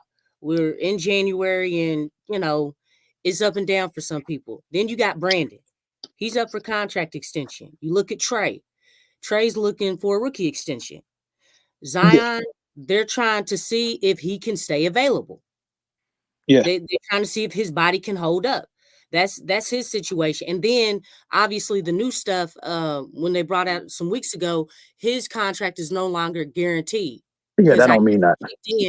Well, I guess that's unless you want to cut him. If you want to cut him, you won't be liable for the cut. But it's still part of the situation because they made a big hoopla about it. So I'm just putting it out there. And then the thing with Jonas, you know what I'm saying? Are we going to extend him or are we going to let him go? Or are we going to trade him? Whatever. CJ, maybe not so much, but CJ, his situation is very interesting because they could move him to a team that's Atlanta Hawks. Yeah, like the Sixers. I know the Sixers were looking at them when we were looking at them when we won that trade as far as getting them. He could go to a more veteran team. Who's the potential trade? No, I'm just saying different situations. I don't know specifics, but there's a lot of things going on that I feel like the front office is indecisive about right now. And I think they're trying to wait to see what happens, to see what transpires, how Trey's doing, how BI is doing. Is Zion going to hold up? Jonas, how his fit, or if they want to move on from him. I think they're weighing all those things right now because there's a lot going on. And then you have the expiring contract of Najee, right? Yeah. And is somebody else expiring? Cody Zeller. I don't know if that means anything, but he's on expiring contract because he only signed 1 year. Huh? Valanciunas. Yeah. Valanciunas on his prime. So you look at all that. There's a lot going on here. There's a lot going on. And that's why, So there ain't no one fix. That's what you're saying. There's no one thing that will fix it. It's a lot of things. I feel like that kind of affects their play sometimes. I kind of wonder if they think about that because of the inconsistency. You know what I'm saying? I mean, the plays just there's so many drop-offs, like I was saying. And then obviously but we was 4-0. We was saying that's consistency. We was 4-0. Now if we lose 2 in a row, that's something different. But if we're trending in the right direction, That's why I said this is not this is a loss. This is not, but it's not a bad loss. It was a loss. Like That's a bad loss. It was a nah, we both was hot teams. We both was on 4-game winning streak. lose like We like that. It had if we'd have lost close, it'd have been worse. I'd rather And we get didn't show blown up in out that. because then like we you were saying then, both teams were doing well though. You know what I'm saying? It was competitive, right? yeah, but it was a lack of energy. You said it was a lack of energy. Yeah, I know. Okay, It yeah. was. That's what It was just a But one that's what day. I'm saying. Like, Is that normal? look, but hey, the thing is, you look at they were on a winning streak, right? What was Yes. their winning streak? 4 games. We was both on 4-game winning streaks. So look, they blew us out and won this game. I mean, man, it would have been nice to be on that because we were basically in the same boat, right? I mean, you know, because both teams have been playing well. But I mean, I don't know. Maybe matters as far as who they were playing. I don't know their schedule as far as who all they played, but it could have been a whole lot more competitive, man. I mean, both teams are doing well. I mean, when two teams that are doing well meet, usually it's not. When you say inconsistency, that's why I always say shooting is inconsistent. It's constantly inconsistent. I did point out that this team is not known like For they haven't convinced the league that they're a 3-point shooting team because we haven't been consistent in that department. Oh, so somebody just said CJ going to request a trade. Oh, none of that get request one. If CJ's benched, like if he's benched, he might request a trade. Hey, man, listen. and part of me bringing up the plus minus. Now, one thing that is with the plus minus is the starting unit is not is actually a bad unit. Is a negative. I think it's a -6 or -5. Yeah. And a plus minus. So our starting unit is a unit that starts the first quarter and starts the third quarter. And if they going to put us in holes, then you're leaning more on the bench players. And now you're leaning on Trey Murphy to come in and save the day. Even though he one of the best plus minuses, but you expecting him to have a big leap and night by night. And that you shouldn't be dependent on the bench. You're supposed to be dependent on the starters. Yeah. Now, playing Jose and Dyson and Herb, that's I never seen that. When he did that, I was shocked. But I understand why he did it because his best unit, that's your man. His best unit is Dyson Daniels, Herb Jones, Zion Williamson, Brandon Ingram, and Valanciunas. That's his best unit. They are plus 22. Oh, the last time I checked, if I was looking at it, I think it was plus 22. Last time I checked. You put that on the floor against somebody to see how you fare against that here. No, we was doing that when CJ was hurt. That's when we went on our streak. And then when CJ came back, we had to acclimate him. Now he was trying to put those two people with other players, and it only worked with like kind of the starting unit and Trey Murphy or something. It don't work with everybody. What he's trying to do is try to put them two people, Dyson and Herb, together, but he's trying to put it with Jose. No, because Jose works good with other players. Like he needs other scorers to set up or could get their own basket, Zion and BI. But I would love to see Trey and Jordan Hawkins play together. That's what I want to see. He doesn't do it. He don't do it. I know. Now, no, what he do? Defense over offense all day. No, you don't. What? Well, my bad. He does. Now, the only time he favors offense is when hurt. So Matt Ryan and Jordan Hawkins, that was one of his best units. That was another one of his best units.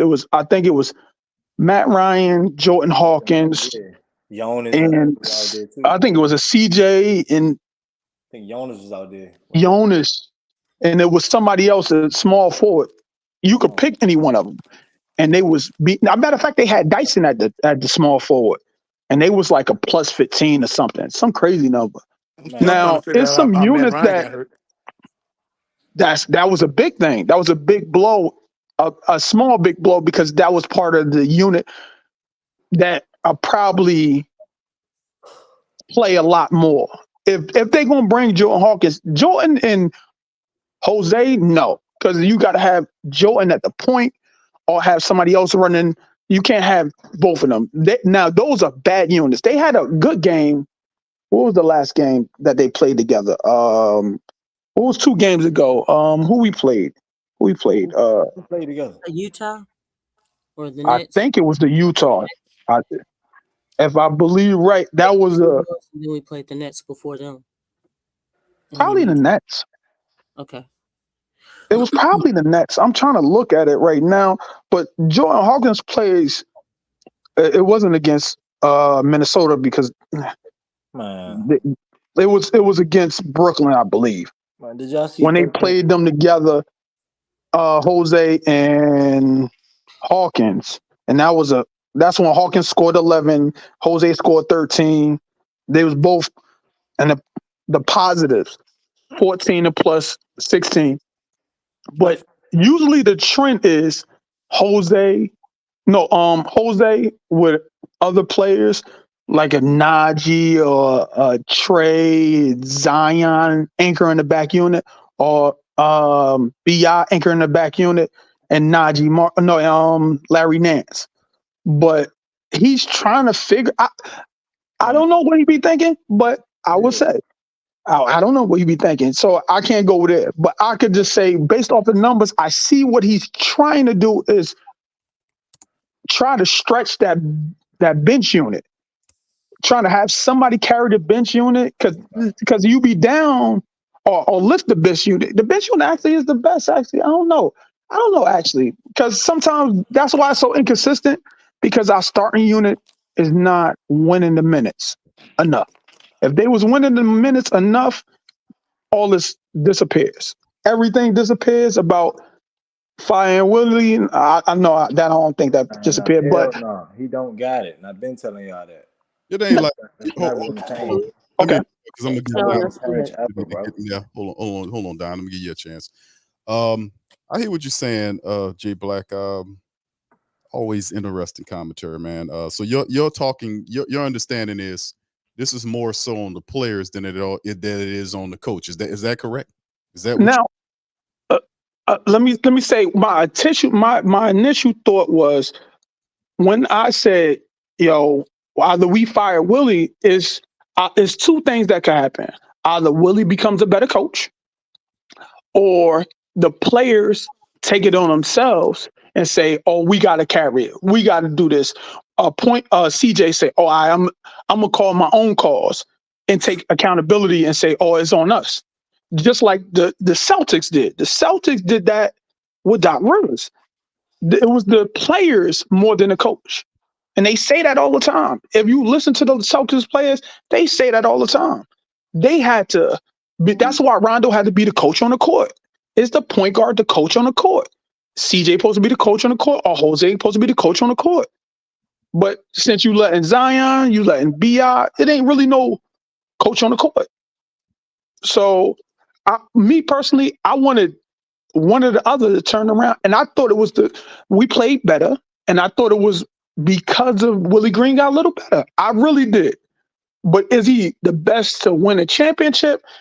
I don't think so. I don't think so. But I think he could get us to the second round. But I don't think he can get us to the finals or win the championship. No.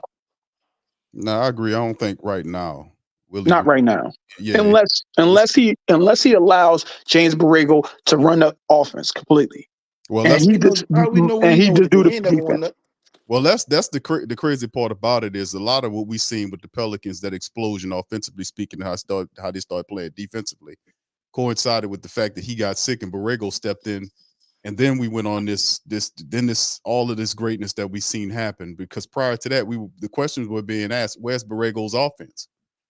Willie gets sick, steps in there, and we have that explosion, and then they still are benefiting from that situation, that time frame. So yeah, but Don, go ahead and give you a chance to chime in, then Brother Moles. Oh, yeah, man. I was just saying, man. Like, first of all, the Willie thing, that's never going to change. You are who you are, man. Once people, that's what I learned about a lot of these sports leagues and stuff like that. I may not have all the understanding of the schematics of the coaching and stuff like that, but I understand the logic behind how things go and how things manifest. And as a coach, you don't change over time. You are who you are, and some of that is the same with players too. You can't really name a coach who stayed with the organization and got better with that organization. They may have gotten better with another organization, but not with the organization that they started off with and they had their difficulties with. So he is who he is. He's not it. He's not going to get us over the hump. If we do something, it will be something magnificent from the players that they can do, and they play us over the top. But I don't think we have the guys and the personalities right now in this team as far as our superstars that's going to take that real leadership, and take this team where they need to go. They need some structure, man, and they need some discipline from a coach. They need real leadership from a coach, and Willie is not that true leader. I hate all the smiling and man, like they said, man, we need to read the room for real, man, and read the NBA, read the league, read championship mentality. You dig what I'm saying? Like it's not that hard. And then as far as the Jordan Hawkins thing, man, I mean, man, fuck all the plus minus, dog. I mean, my eye test say dog it can be utilized. He can be a weapon if you utilize him well. If we know what we're doing. I mean, the man had 13 points in 6 minutes. Against come on. Every bucket was tough. Every Okay. bucket. And this is the stuff, dog. You don't got these type of dudes in the league like that. We was talking about that the other night. You don't see too many dudes like this in the league. And them Clay Thompsons, man, he be doing stuff like that. Man, we can utilize that, right, man. We'll be throwing numbers. I don't want to hear nothing about no D. Man, he's a competitor on defense. He's going to go through his learning curves, and sometimes he might miss a beat on defense by misunderstanding something on an assignment. But man, he's a competitor and he's a winner, dog. He's a national champion, man. That dude's a winner. DMV native. I'm from the DMV. We breed winners over here, and we go hard. That's what Najee is. We go hard. That's what we do. We about that. So, like, we just gotta utilize that, man. And I agree with you. If we had somebody else, the mentality of the coach is defense first, and if he doesn't, that's why it's going to affect. That's why I go with the logic of the coach. So if the coach is defense, I'm telling you that defense is going to rule. Now, like he's not bad on ball as bad as he is off ball. Off ball is actually his worst thing. He don't be knowing his places. That's all it is. Right. But that's a major thing with Willie. That's a major thing. If you don't know where you're supposed to be, or they don't communicate on defense. But it's like if he try to get his man all the time. But like instead of getting the man to stop the ball in front of him. But at the same time, it's like certain nights, okay, now he does got the guys on there that knows those positions that they need to be in. Well, Yes. we still got our ass bust. So it's like, okay, damn. Well, how about you read and understand what night we're having and change things up? Maybe we needed He more. did change things up. He put more defense on it. You didn't hear him? He put more defense on it. Listen, What you about to say, he's not going to change. He's not going. He's going to put more defense out there. If you say you're going to put offense, that's if somebody's hurt. Yeah, but that's the problem. Jay Black, that's what I'm saying. The guy needs to go. But go ahead, Lexxah. Okay. What you had to say, Lexxah. Oh no, I was just, he's defense first. And everybody knows that. Everybody. The opponent coaches know that. Like he's very easy to his next move. Right. Like he's playing checkers and the other coaches are playing chess. Come on. Okay. There you go. And that's that's key. Like sometimes the players don't see what the coaches see. That's why you have the coach. The coach. Come on now. That's why you have them. You have to have that mind. Like you have to be able to assess the situation. Now you knew Ty Lue as soon as he came out, as soon as the ball was they jumped the ball. I saw immediately the changes that he made. Mm-hmm. From just from the last game, they didn't even look the same. They weren't even moving the same. So it's like he made the changes. So it's like, okay, look, you beat this team. They're preparing for you. They've had time to prepare for you. You see what he's doing, and the move in the second quarter it really help. did. And one thing, like I said, man, it's like it's one thing if we are competing and we lose. Dog, it happens. It happens. No. We was yes, looking man, for blowing them leads. Sometimes you're gonna lose, but you compete. We seeing this man getting raped out there. As a No. See, that's why I say y'all go too far.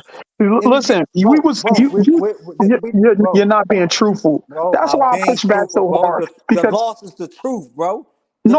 I know we lost. 18, But 20 what about the wins? bro? The Grizzlies coming back every time is the truth, bro. This is the fact. These are the facts, man. I What know about what the y'all 4-game saying, what winning it streak? is, but just because what it is don't mean it's right. The Minnesota didn't happen?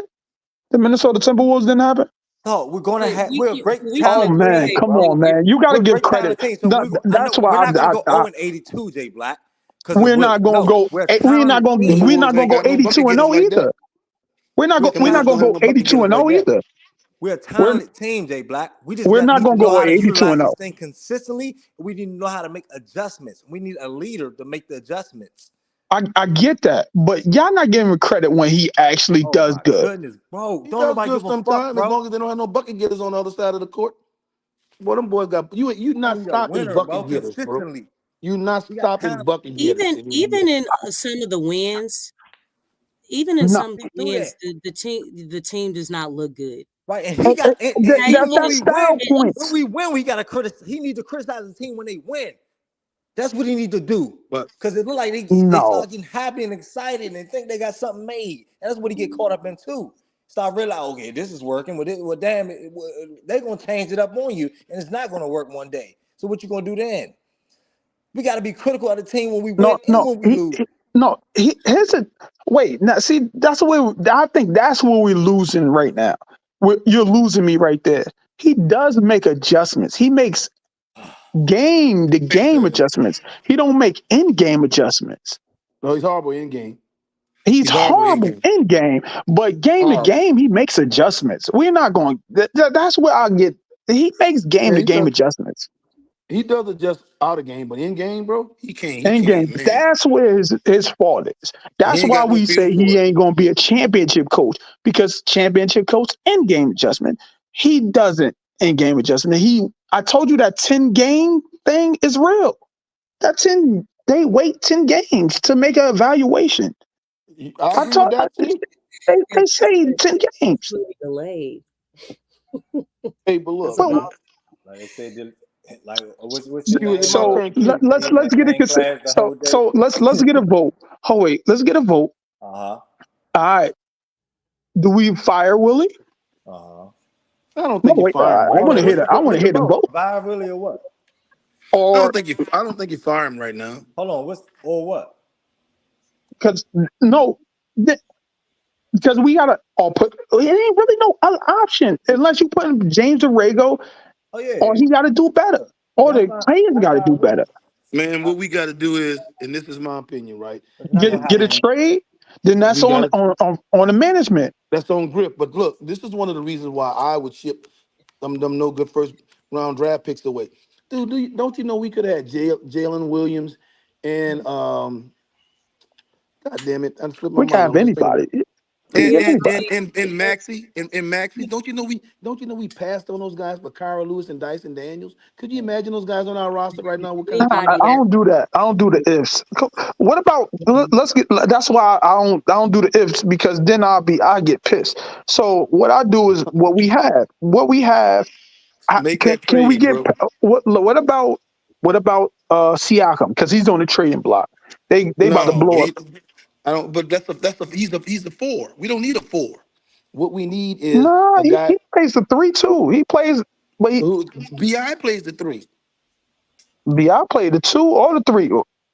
You Man, said I'm you wanted telling you, you Herb give gone. me that Oh stretch wait, center, bro. what about Herb? Man, I want marketing. That's what I want. I want I'm not marketing. trading Marketing? her. I want Huh? marketing, and I want a guard that can handle the ball and score. We don't look. We don't That's have a true. guy. You That can start with then Tyus was Jones. Then. Tyus Jones is on the shopping block. so what you're saying is going the offensive route. If you're gonna go an offensive route, you got to fire Willie because But Willie you, is not going to allow that. No, listen, well, they gonna play who I put on that roster. You know, if I'm making them play, they no, playing them guys. but No, he no, really. but he has an influence. He's a Man, if defensive you minded trade, coach, so so you he gonna telling me get defensive if they minded trade for players. you tell me if That's they what. trade for marketing that he's not gonna play marketing? No, he gonna wait. So he's not gonna play. He's not gonna play Markin in the way Markin is best suited. You gonna see things that this is a bad matchup. Oh, switch him right here, moving the power forward, or do something like that. He will not do it. That's why I'm saying if you had a more creative coach, Yeah, offensive, I've said that. then you can make that trade. But if you saying just do that to Willie, you gonna complain even more. You gonna just say He's fuck. gonna have to play who he's got. If you trade those other guys But away, but he got no choice. it still ain't gonna look the way you want to look. It's gonna be a lot of ISO ball. It happens more. Matter of fact, that's the No, big you're not gonna key. play ISO Now, ball with them. I, In the second quarter, when we lost the lead, we went straight ISO. The ball wouldn't move. it always does that because he don't That's why you don't. he preaches that. He preaches to give the ball to the best player, and the best player try to force a double team so he can pass it out. Pass out the double team and let them read the room. Nah, it's supposed to be everybody touches the ball and whoever got the best shot is like that. It ain't like that. What Remember our when y'all bench was lack, saying that Trey Murphy don't get plays? man. He don't. He don't really get plays. It's based off of the offense, but it's based off of the matchups that Bi or CJ or Big V create. If they double him, they kick it to the open player, and the open player usually be Trey or whoever's on the court or CJ. Like that's how they really run the offense. But when they hot, So they what was give the point of assists. bringing in Borrego then? Because Borrego he up tempos and he makes equal opportunity. He forces everybody to pass he forces it's a more of a 5-man offense. Motion. So Motion everybody. basically the mentality of or the whole thing with Willie's defense and Borrego's offense, it sounds to me like it's clashing because it's not working as one. Well, at the end It's of the not. day, I mean, the you know what I'm NBA saying? ain't nothing I but think you want something right there. I think you wanted something right there. at the end Yeah, of the day. because that's what I'm hearing, like, and really seeing too. Because something like it's always like one or the other. One or the other. You know, and then at times we see, wow, it looks great, and then but it's only for that moment. It doesn't last. You know, You it's know just the like the same thing with Bi and Zion. Man, they do not play off of each other.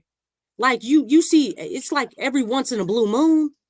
you know what But the NBA they offense is, they do Lexxah? run a pick and roll after they had that pick and roll meeting or something, or they was doing it after the game after that loss. We lost to We saw it then, but then it started to fade away. Like okay, where did that go? It's like we Man, see things that okay, for a wow, minute. this looks good. Like, look, why don't they keep doing that? That high low you know what between the Zion and NBA is? Giannis. We don't You know see what the that a whole NBA? lot. You know what Because the NBA offense is for every team? It's So pick and left, there's roll. like a double It's screen pick up and top. roll. It's pick and roll, and they want to get you in rotation, and they hunt the matchups. If you watch, so offense, But we're not even everybody doing play good at offense. that. No, we don't But do that's that. what I'm saying. We don't Everybody in do the that. We don't even NBA get play. easy shots. Everybody in the NBA play offense the same way. I watch these games every night. It's pick and roll. If you ice Not it the pills, or if you though. drop coverage, okay, they hunt the matchup. If you come out and you hedge the pick, they get you in rotation and they move the basketball and they shoot threes. That's what everybody do. Every team except for us. We don't do that, Man, man. hey, and another thing, they can't throw lobs. Like we can Especially get Najee. easy shots. Especially Najee. We can get easy shots all the time. We have athletic guys on our team, and we don't even use the lob. So Why what Because was we is the don't have a cause of the why guard. winning why then? Oh wait, why wait. why is every shot like We difficult? know the losing. What's the cause of the winning then? Talent. Because talent, No, exactly. the talent is there, but It there's a always been it there. seems like there's a clash in philosophies for offense and defense. There is a coaching problem as far as the adjusting, but I don't know, man.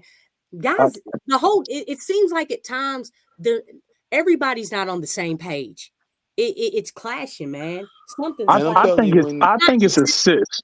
I think it's assists. When the stars are getting assists, it looks Yeah. amazing. When the stars are not assisting, they look bogged down. They look more like now they But hunt for nobody their was hitting shot more. threes. Huh? bro, Nobody was hitting shots.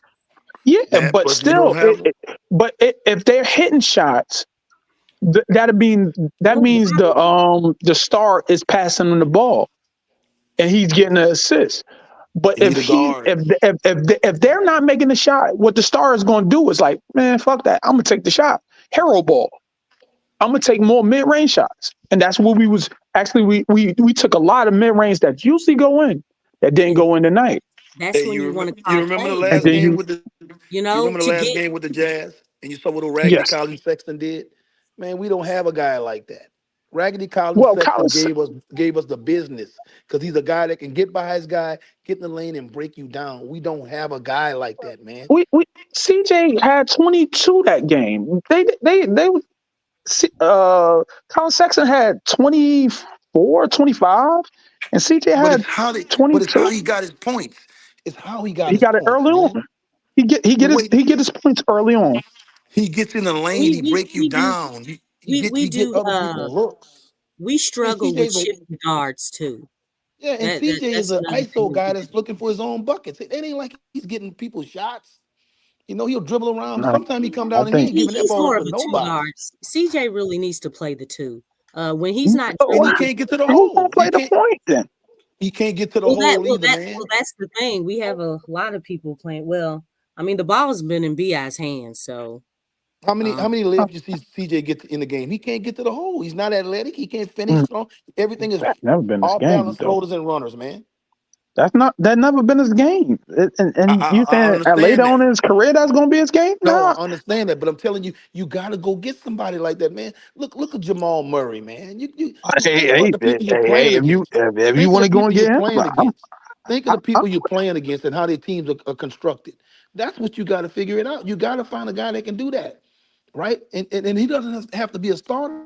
He could be a Tyus Jones. He could be a Sexton. He could be a backup guy that runs your second unit that can get you something when those guys are out the game, man. We don't have a dynamic I guy coming off that that's bench that can do that. Jose is his guy. He took him to the playoffs. He's not doing nothing with Jose. Jose is not going nowhere. If you bring in Tyus Jones, that means Jose got to leave, or somebody got to leave. You Something got trying to to leave. tell me? And So that's what you telling me. no. Tyus Jones is a $15 million. Jose is probably 1 or 2 million. The numbers don't add up. How you get Man, Tyus Jones? hey, that's Griff's job. You want me to Not do his job too? no. I'm saying if you now what you got to do? How you got it? Then you got to get it. Free team trade. Do what you got to do, man. Uh, Man, hey, the man. Lakers got 6 people came in at the trade deadline last year. Stuff Man, can be done in the that's a NBA, Lakers man. get Lakers, Lakers are different though. Lakers is a total different thing. They and they want have a lot LeBron of to win. Yeah, that's BS though. Man, the Knicks just moved R.J. Barrett, and man, things can be done. You can't sit there and say, "I can't do it. My hands are tied." Figure it No, out. That's why you get paid what you get paid. But you're saying And I might only have Jose. Tyus Jones just for the end of the year. Let me win one No, championship. I'm not saying it's you. But who's the trade? If you saying you getting rid of CJ, that's the money you got to get rid of. You got to for get them to rid of the figure it money. out. You can't make Tyus Jones for Jose, and you know what can't do it with draft picks. We too Man, far in the debt. It's $15 million. Man, you can make it work. How about Man, can to we move trade for Herb Jones somebody or in somebody, Detroit? dude, you Nah. holding on. You can move Herb Jones for Tyus Jones. No, hell no, nobody doing that. Bro, That'd be what y'all damn don't near realize is, suicide. do you want to win a championship or not? Or you just want to be That's an not okay winning no team? championship if you give away your best defender for Tyus Jones, a backup point guard. No. I mean, it Man, I don't obviously it understand has what to y'all make saying. sense. I don't But I understand what don't know. y'all saying. I think What I'm saying is You the have to money, do things to win a championship, bro. You got to give up something to get something. You but just okay. that I'm holding on, man. If I can win a championship, bro, you it's can't not. keep the team constructed as it is. This is I, not a I don't mind championship that. I roster. don't mind that. But you got to have a actual trade. You're getting mad over a trade that is not going to happen. That's With not the true. money that That's this not is a true. New Orleans Pelicans, it's a franchise that doesn't have money, a lot of money. Oh, they're not willing to pay money. Man, we have a salary what's that cap. thing you Everybody's pull up working with all the the same time, Big salary Q? cap. We're not going into the luxury tax. Hold on. We already at the luxury tax. We're in the Because they luxury gonna be tax out of that. now. Because Well, we if we would gonna have be to in it, see let's the numbers, and it's hard to determine Okay. all that. You know, I know Big Q has a he brings up that thing because we did this a couple of shows Q ago. is our GM. Q is our GM. Let him figure that out. Okay. I don't want to take it off that. No, I'll tell you, man. Y'all got a lot of points there, man. But I agree with the point guard position. I've been saying that for a while. They do this point guard by group thing. It's exactly. I mean, and we have guys that we see Zion trying to make these passes at times. He turned the ball over. Bi does it, and that's doing that is complex to run a point guard by a group. By committee. Yeah. Right. Often said that we should have have a point guard, a table setter, a guy that can help get these guys set And we up. got to trade CJ. Bro, you got to keep the ball out of CJ McCollum's hands, bro. For real. He's a two. He needs to be a set shooter. Yes. But you have to trade him because of his money. No, I'm just saying, bro. That's a problem. He got what 33 something odd million. 35. He's 35 million this year. He's the highest on the team. Yep. That's his Zion, retirement 34. Dude, almost 36 million, dude. Nothing but a retirement. Bro, in another year, that's not gonna be a lot of money. In another year, that I'm contract not is not looking gonna at be a next bad year. money. I'm looking at now. Yeah, I'm looking I'm at trying now. to get that contract off and go and get that Atlanta guard, like y'all said, Devontae Murray. Give him a No, I bunch don't of want draft him. picks. What from Atlanta? No, I don't want him. The reason why I say I don't want him because it might be a situation where you got Jordan Hawkins waiting in the wing at his 2 guard, right? So you get a guy that come in for a year, man. Okay, and you're moving that money off your books. You're gonna need to sign You're gonna need to sign Trey Murphy. So you might be bringing a guy in. CJ money is on the books to 2026. No, that ain't That's what I'm his saying. retirement plan. But then you may at some point you're gonna have to move him because his Just being contract will honest. become That's what I'm expiring. saying. I'm saying move him now. He's not on the timeline and get a DeJounte Murray. And he's only 18 million. I don't like him, bro. Actually, That's actually one that we talked about on the show. DC kind of throw that at me one Man, day. I'll take him in a heartbeat, man. Yeah, I want a point guard. I'll take him in a heartbeat. And plus, not only that, he is a that ain't me. I'm 100% with him. he's a two-way guard. And plus, I'm looking at how he played for Popovich. I mean, so the thing is, if we can get how he was playing with the Spurs, and I know that they weren't playing great, but he was actually doing his thing because he was that guy on that team. I think that would really help. Just the fact that he's come from that type of Let me situation. look at some guards. But yeah, him and Tyus Jones, I actually like them too. I Tyus just don't Jones, think we could. he, We don't he got the doesn't money for tires. He's he 15 doesn't make million. a lot of mistakes. I'm Hey, about to He let really y'all go. I doesn't. gotta He's meet a my daddy. solid. He's a great decision maker. And he can shoot. how about we send Willie to the G League? What about Darius Garland? No, I mean, we're not Oh, getting they're not him. gonna let him go We're not getting him. because man. they're about Mitchell. Yes. Mitchell's gonna be leaving, so they're not gonna let Darius go. All right, then And let's try to get Mitchell. Then No. well, Miami's looking at Mitchell. we could And look at Mitchell too. yeah, I mean, It's not really no. he might. There's no guard that we could get. Let me name some of these guards. Look, Trey But I do Young. like Mitchell though. Jay Black, I do like him. You know, he went to Louisville, so I know a whole lot about him. So I would love to have him. We don't got no Trey Young. He's not on the board, right? Trey Young? No, he's not. No. Okay. Chris Paul, he's older. We don't want him. No. I wouldn't mind having Chris Paul. Yeah, but that doesn't for the make price. sense to get him. Got that money too. Like you got to think with their contracts, that's their retirement plan. Look at CJ. You know, they're on their way out the door. They're not, so they're getting this is their last big contract. So that's how you should think with the older players. Just to help out. LaMelo. No, they ain't gonna touch Luka, that. no. Jamal Murray. Oh, wait. What if we offer? They just want to chip. Who? Okay. Denver. Yeah, Jamal. They're not good. Jamal's untouchable. I'm just reading off the names of the point guards. Ja Morant. All right, now. All right. Russell Westbrook. Tyrese Halliburton. Don't want no Russell. Man, I wish we could have got him. All right. Darius Garland. Remember we said he ain't going nowhere. Yeah. Jalen Brunson. With naming these point guards, we should also add the possibility of actually being able to obtain these point guards. Then the only one we could actually obtain, then I had to skip all that because I was going to say Drew Holiday, Fred VanVleet, but Malcolm Brogdon. Yeah, Malcolm is one. Malcolm is or I think Cade Cunningham is in the doghouse, right? No, he's not. That's not. He's not. He's Detroit's franchise point guard. He's not going. Yeah. Yeah, they picking him. I see some reports about him and the coaches that I might be. They'll get rid of the coach before, I guess. Monty will go before Cade goes. Okay. I mean, he was their number one pick. What about Cole Anthony? Now he's obtainable. Decent. Yeah. He's decent. He got a lot of heart too, but I want more size, man. I want some more. You want more size? Yeah. They're not giving up Drew or Derek White. You're just playing against James Harden. DeJounte Murray. Yeah, no, Derrick Rose. definitely. I think DeJounte Murray is the only If we gonna get I don't somebody know. old, we gonna get Rondo, Chris Paul. Everybody else that's old. Rondo. I don't even think Rondo is with no thing. He ain't even in the league no more. Yeah, no, I don't think he hasn't retired, but he ain't in the league. He's doing podcasts. I say DeJounte Murray or Donovan. Malcolm Brogdon. Oh yeah, no. So what is Malcolm hurt right now? I haven't heard nothing from him though. I don't know. I don't even know yet. Is he in Milwaukee?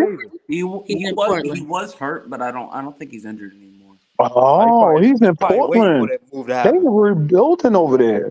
Yeah. Get Malcolm Brogdon. What about Scoot? No, I'm just playing. We're not getting Scoot. We're not getting Scoot. I was kidding. Yeah, that's out. We were trying to get him at one point. No, we were trying to get him for BI. And I told you that was I will tell you in a heartbeat that was a bad trade in my opinion. But people said that was a good trade. I didn't see that. I think I'm gonna tell y'all like this. Now it's early, right, for him. And yeah. I think his mentality, he a dog, so I think he's gonna improve. I think he will make it happen. Yeah, but I think down the line it probably will look like we should have made that trade. That's how I think it's gonna pan out. Yeah, I mean the so potential what? is there, Y'all but talking? You can't talk out of both sides. That's hedging your bet. So if you would have traded for him, that means you're in the rebuilding stage.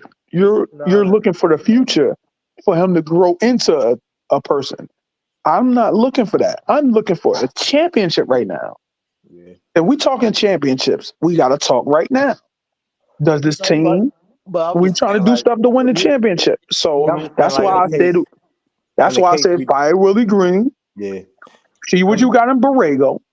If Borrego don't gel with this team or something happen, Hold on, you Jay. could just get off of that. they Jay responded Buck, you very one of well to Willie's biggest promoters here, bro. You talk about fire Willie now, bro.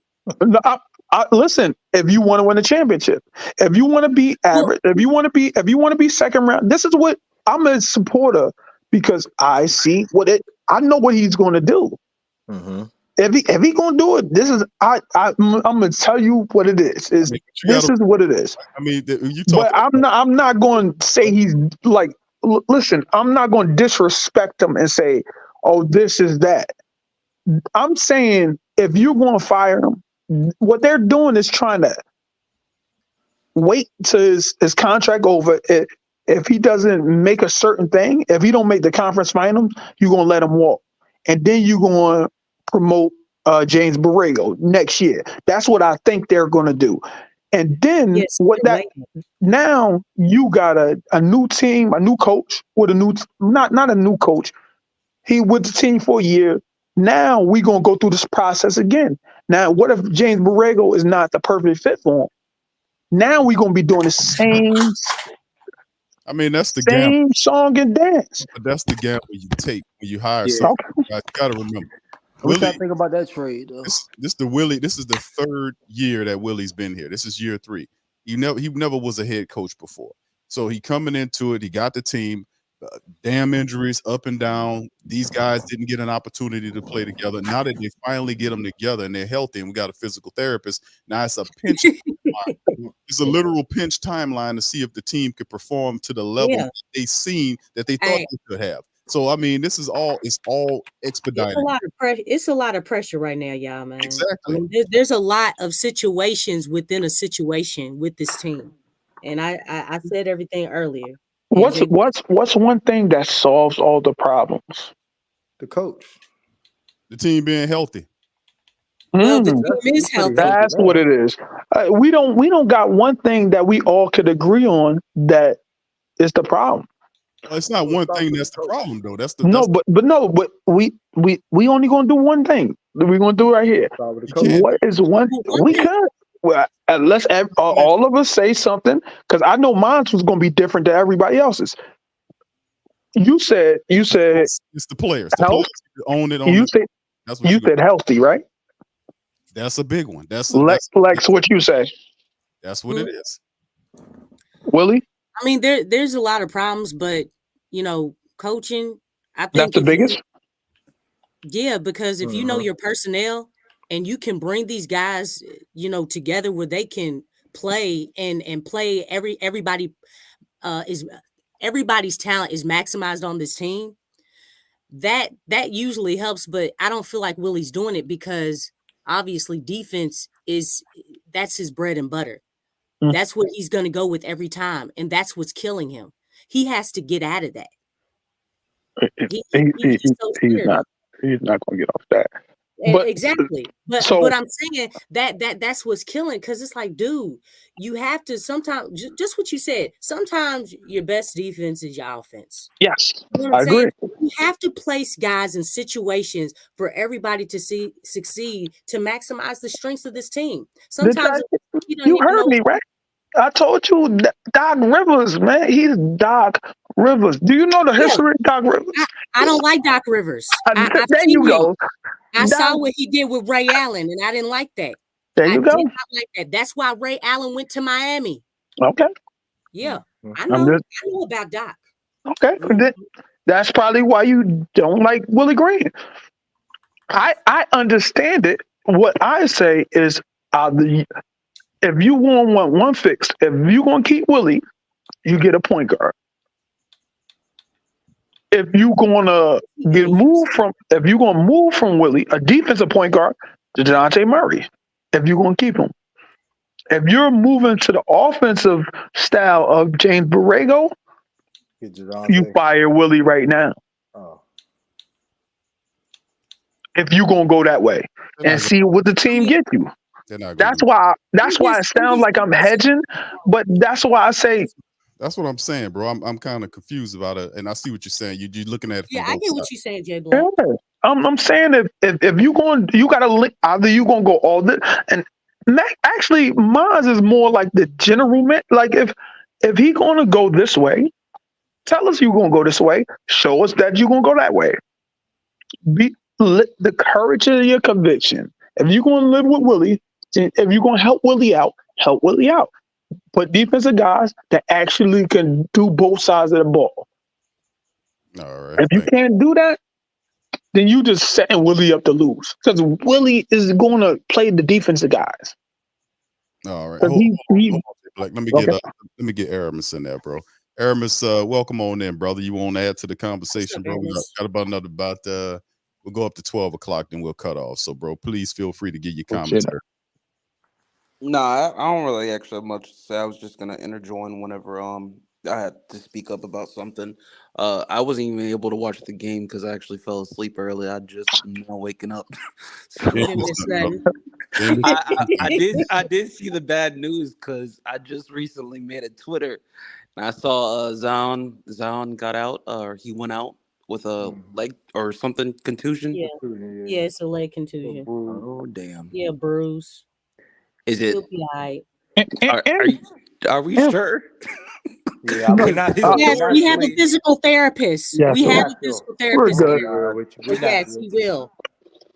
We are not sure. Now, with the same questions to you, Aramis, what do you think is the big change we should make? We only got one change to make. What is the big change? I mean, what are the options? What are we playing? Any options? Anything you want. Well, I mean, I think right now, to be honest, it shouldn't be anything drastic in terms of firing Willie. Okay. I think that keeping Willie is okay. I just don't see us as a championship contender right now. I do see it in our future, but right now, I think that just with the dynamic of how we are right now structured, we have so many injuries every single season. And I think that's one of the biggest things that really needs to just be nipped in the bud. Like, it's become so bad that it's like even the slightest thing, it could be the smallest thing, and you could have this like bad anxiety about the situation because historically you know what comes with it. So I think that really a point guard would be a good necessary step forward just to organize our offense in a better way. That way we don't get in these slumps or we don't have these miscues or these horrible misreads. Like a point guard is going to set up our offense on a consistent level, and it's not going to have to be asked out of Willie to be more commanding on the offense or better offensively, and Brandon or Zion to interchange who's going to bring the ball up and stuff like that. I think it would be better for us going forward to get a point guard just because it's going to make things easier for our stars. They're going to be able to get in their spots better without having to, go through all this this issue of figuring out, who's hot right now? Should I give him the ball? Should I give this person the ball? Should I give CJ the ball? Like a point guard gives us more of a floor setter. And that's why I think that going forward, we should go for a point guard or, interior defense. But I mean, it's not a necessity on the interior part because we have been playing really good defense as of late. But a point guard for me is the number one must, especially if we're going to keep Willie as a coach. What point guard would you go for? What point guard would I go for? I mean, I like DeJounte. He is actually one of my favorite point guards. Darius Garland, I like him, but I know that's not really actually possible because he's Cleveland's franchise point guard. Malcolm Brogdon, I would be fine because I think he is a better floor setter than CJ. I think that whenever he was in Boston, he had that perfect role of like knowing when to score and knowing when to feed the guys around him. So I think Malcolm Brogdon would be good. It would be less money, so it wouldn't be basically like us having to take out a fork and a leg. So Malcolm Brogdon would be good. Hey, what about John Wall or Derrick Rose? John Wall would not be good. Just Derrick Rose is on the bench. I I love think John Derrick Wall. Rose is hurt. I Yeah, think Derrick Rose is hurt. Derrick Rose, banged yeah. up, man. He just And he's mentoring Ja, Yeah, so yeah, that's what he did for. that's his role, main Memphis, role. yeah, is not gonna let go of Derrick just because of his mentorship right now with Ja. Yeah, like y'all said. But John Wall, no. I love John Wall, prime John Wall, but John Wall now, I'm good. Hey, what I about could do without. what about my man from back in the G, man, Tyreek Evans, man? They ain't letting him back in no league. They ain't letting him back in the league, Tyreek man. was that What bucket. Hey, They ain't letting Tyreek back in Hey, the that was, league. that, what that do was you shots all? fired. That was shots fired. Emma, you got Yeah. that one. We So, trying to I give just forks and dreams over here. That's my dog. I just thought about somebody Tyreek Evans, because my I dog. know That was shots fired. But all right, Dennis Schroeder just Ooh, was where's taken he at? Schroeder. Where's Dennis he at? Schroeder, Nice. he was just taken out of the starting lineup for Raptors? Toronto, Yep. and Quickly is in there now. Okay. Do you all think it would be possible to get him because he's Of course. he's been running that team, pretty good, and Yeah. when he played for Germany, like he was really doing his thing. But I think he would actually be kind of nice, and he can shoot. He's a defensive dog. What's the money? I don't know. I'd have to see that. I just mentioned him because Yeah. I know he's not starting anymore. 12.4. Were you bringing that up? 12.4. Are you serious? Yep. Then he's out of the 2 years. unless they could take CJ. You Yeah, see I mean, when I say to CJ, I'm not like picking on CJ. What it no, is his I'm not looking money. at it like that. His money is a lot, and either you gonna do I agree. CJ or you gonna do Larry Nance, because I think or you gonna do Big V. Those are big guys. We ain't gonna do that. I don't think so, unless we getting a big guy in return. We can do it. And What Cody getting? What Cody Zeller get? I think he probably 5, probably. Probably do like a Kyra and a Cody, probably too. Well, what does that come Well, up if that's to? the case, we could Kyron go. is Cody. We could go after a Killian Hayes or somebody on Detroit for a guard. And right now they're trying to build around what's his name, Barnes. Yeah, Scott Barnes. Yeah. Yeah, man. They in a rebuilding mode. Yeah. If they gonna rebuild, So we need to pick somebody off that team that I wanted Precious as a Chewett, but they sent him to the Knicks. I would want a versatile big that they want to run around for defense, and he's cheap. I think he's cheap. I don't know. Huh? You got one. He just don't get no playing time. Who? James Robinson Earl. They ain't gonna play him yet. He's okay. He's decent. Look, and he could shoot. They ain't gonna play him. They if they was gonna do it, they would have did it already. And he played some minutes. We've been saying about Willie Green. Willie Green is probably the greatest coach we ever had, besides Byron Scott. Byron Scott. Oh no, man! I don't know. You say greatest coach? No. Wow, that's a crazy statement to say. What? I say one of the most, besides Byron Scott and Monty What? Williams. No, you can't. I'm thinking about it. Like, who is the better coach? Huh? Oh my God! I'm talking about for the Pelicans. Are you serious? No, I'm trying to think. Nah, man, you got me thinking over here. It's either Byron Scott or Monty Williams. Yeah, I go Either Byron. one of them two. I'm a surprise. I go Byron than Stan. Stan Van Gundy. Yep. Stan is. I think Stan is our best coach. Yeah, it just wasn't. If he had another year, he would have. We didn't go nowhere with Stan though. But he didn't get along with Bi. We would have. He didn't get along with Bi. Yeah, that's all it was. As far Yeah, as he- being a good coach, he a Yeah, good coach. because a lot of people were trying to say it was Zion, and he came out and said it He ain't had no problem with defending him and that. stuff. yeah, it was bi. I'm as far as like coaching wise, like we went to maybe the playoffs or something like that. Yeah, we went to the playoffs. So that's my batch coaches. Like it was either Monty Williams, Byron Scott, or Willie Green. That's my most top three Okay. as a If you coach. just gonna say accolades, okay. Yeah, I- but you gotta understand too. Like if you put Damn, that's terrible. those That's some teams. terrible coaching. Nigga, Nah, it Sorry, is. sorry. I'm about to go into. That's some terrible coaching, man. I'm No sorry, bull. man. No bull. No, That's I our ain't going. problem. My bad. My bad. That's our That's our problem. best. That's our Man, problem. That's depressing. no, This because is really Monty depressing. is a replication of Really, yeah. yeah, they're like a mirror image of each other. That's what I I be don't know telling y'all. about that, man. I wouldn't go that far. Look at I the think defense. I think Well, Monty do let me say, different. 3 wins. I think Monty well, different. a 3 lot of wins. the things, if you even listen to what the things Willie Yep. says, Mm-hmm. he repeats things that Monty has said. Yep. I got to look And, up that. and he Same move. I does never things, seen it. Demeanor. and he does things that, Monty does too. Yep. But his most famous one is I'm not gonna call you out, I'm calling you up.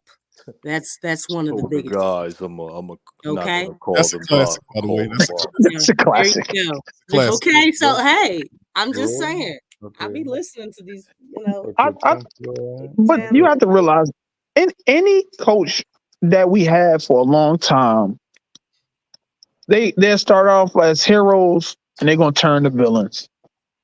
That's how it is, man. I just see that like that. Willie was a hero at first when I he feel took him like to the playoffs, yeah. but now he's a villain Playing. because everybody see him and everybody understands his limitations. Yeah. Yeah, and Yeah. coaches pick him apart. Oh my lord, they pick him apart. Yeah, That's Byron. all. I'm That's telling you, all my it, buddies. All my buddies be telling me they be like, yeah, bro, you was high on Willie. I said, yeah, bro, I know I was fooled, bro. I was.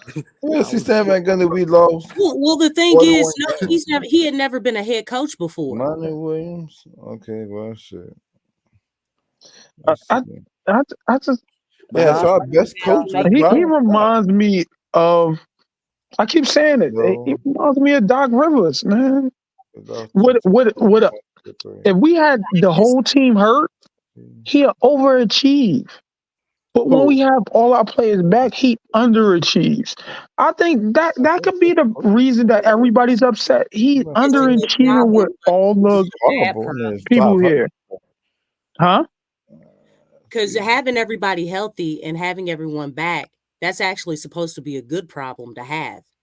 To But be over 500, to be as high as we are, we was like I think we 21-15.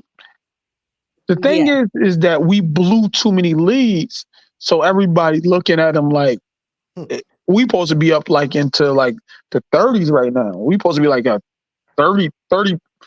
I don't even know where we're supposed to be right now. I would say we're supposed to be at least 27-9 or something. People would be more acceptable if it was a 27-9. But since we're 21-15, I believe, mhm. people get upset. We never I get. just say it's the court. We We never going. get the. Man, we never get the coaches that I want. Like I wanted that dude. Email. With the, yeah, Email. man. Yeah, And then like I do want I it though. actually liked him. I every do. I want an email. We needed that aggression. yeah. He went into You see, he was Boston going his at it first with year LeBron. and got them all the way to the finals, man.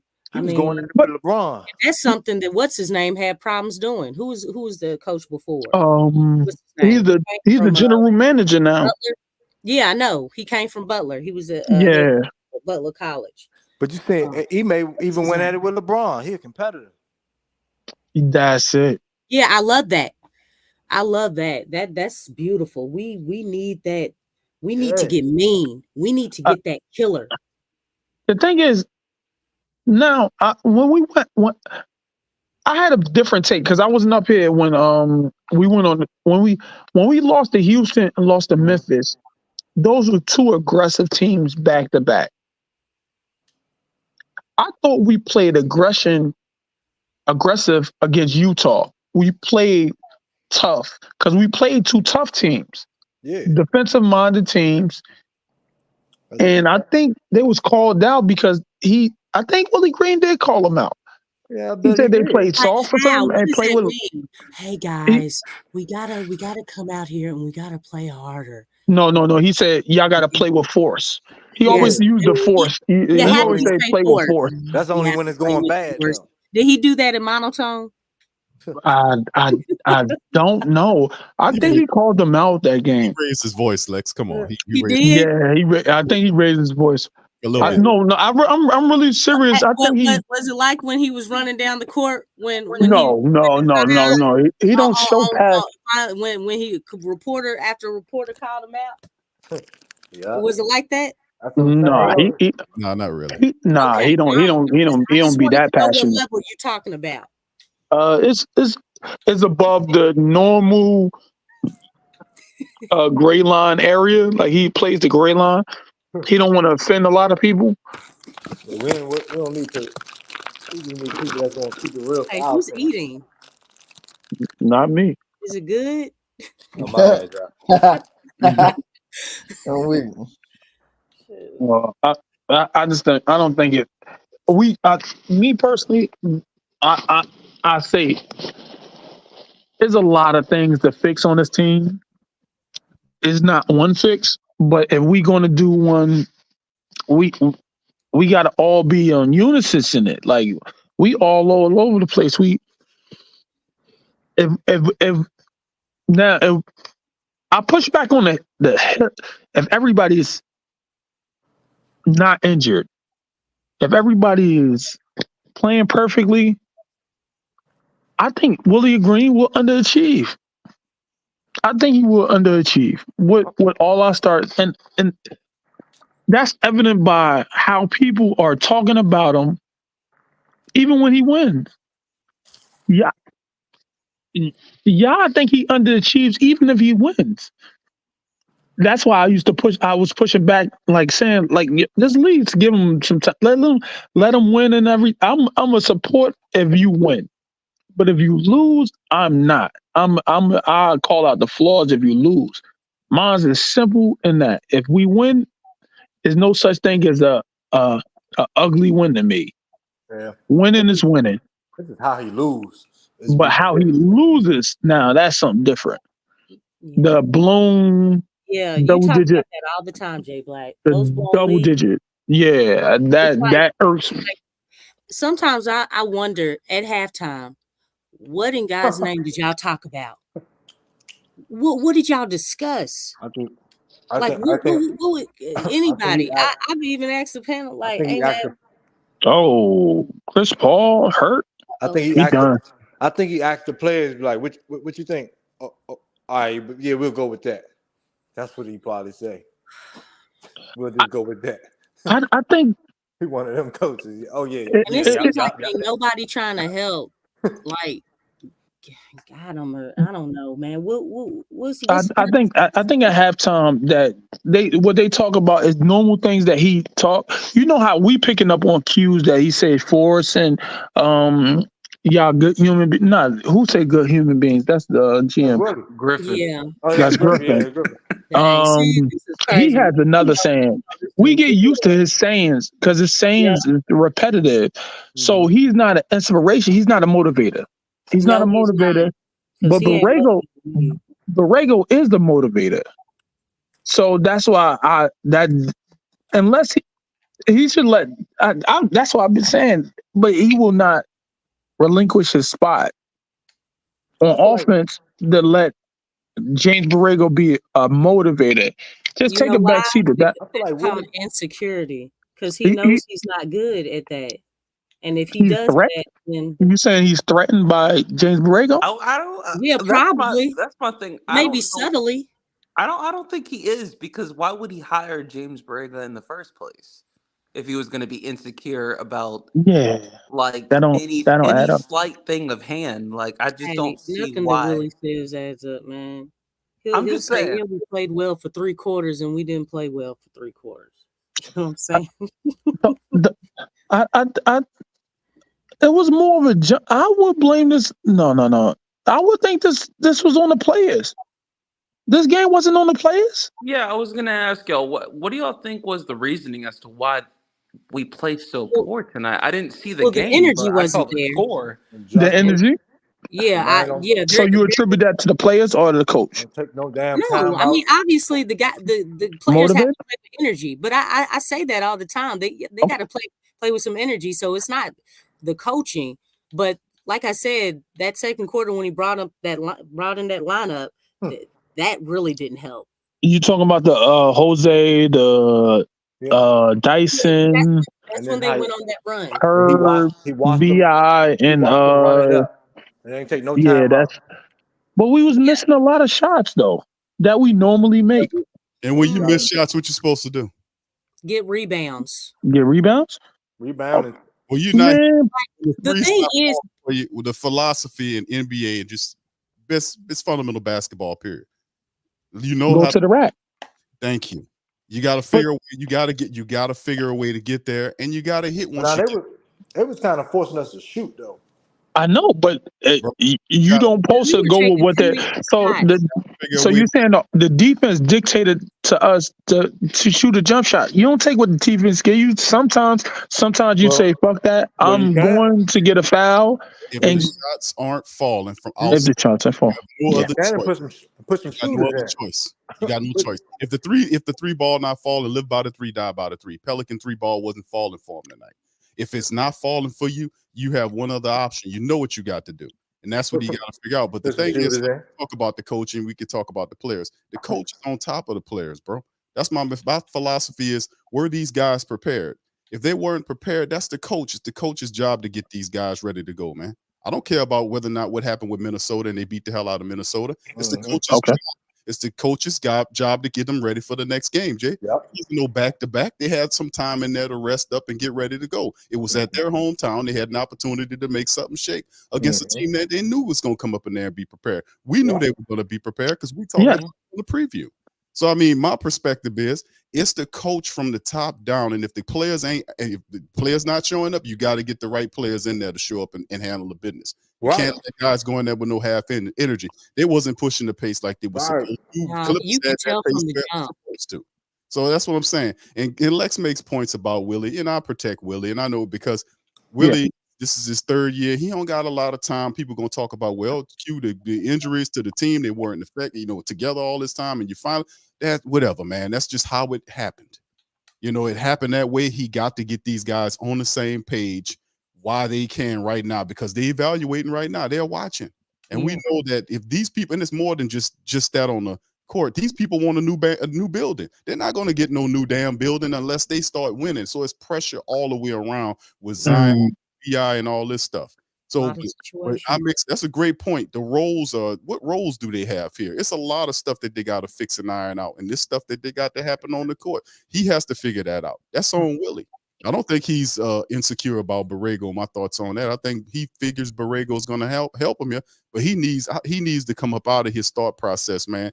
And hopefully they put some pressure on him, even more pressure on him, so he won't be as desperate to keep going with this defensive first philosophy. Be open to changes. And maybe can you have more of a shorter leash on CJ McCollum? Why don't you?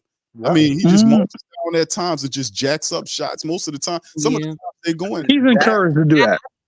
He's encouraged. He's encoured to do that. CJ is in his ear, though. CJ's a politician.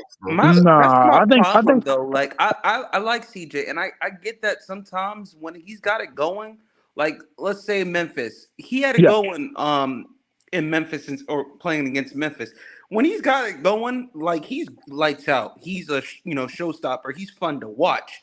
But when he's just chucking up shots and missing, and it's like boink, boink, boink.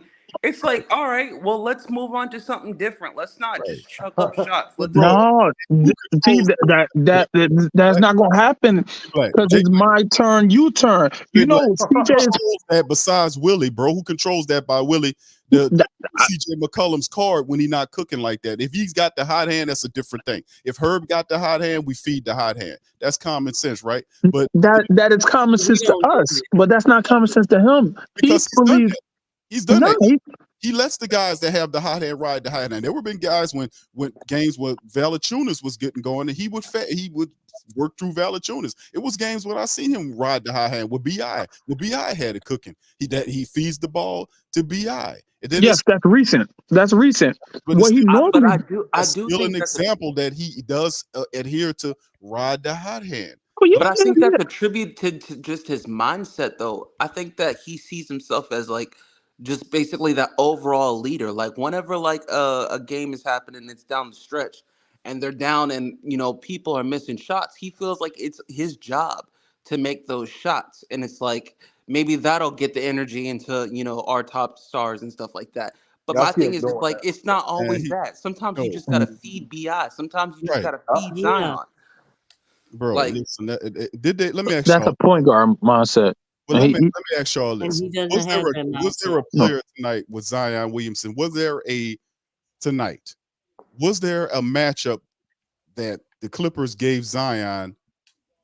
I mean, seriously, what I'm saying, was there a matchup for him against Zion? Was there anybody that could have matched up Zion tonight? No, they was walling up though. They was walling up, and he was getting to the line. he just stopped doing it. But that wasn't the case all the time, Jay. They was what they were doing. That wasn't the case all the time. The Pelicans were operating through BI. Now listen, we know that the Clippers' main game mindset was to stop Brandon Ingram because he kills him. So their main priority was to stop BI. If anybody was going to beat us, it wasn't going to be this guy. So we would take him away, and whatever the Pelicans do outside of that, we would adjust. But their main mindset was to take BI away, and the Pelicans couldn't adjust. So what you said, somebody, Lex, I think she said it. Willie was playing chess and Tyron was playing chess. I mean, checkers. And other guys was playing chess. So yeah, you're right. That guy rolled that out there. Not only did he they literally just showed the NBA how to deal with the Pelicans. So they're gonna have to nah, I don't think so. I ain't gonna go that far. You're not gonna go that far when they bro, listen, did you watch the first quarter of that game? Yes, I did. Did you see the second quarter of that game? You gonna sit up here and tell me that those adjustments didn't have a serious impact on the game?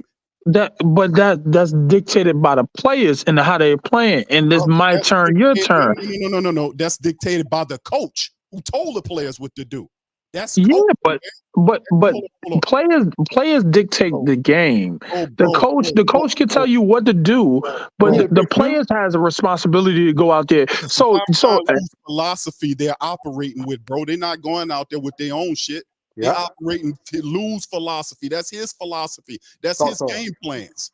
That's what I'm talking about. They're operating his game plan.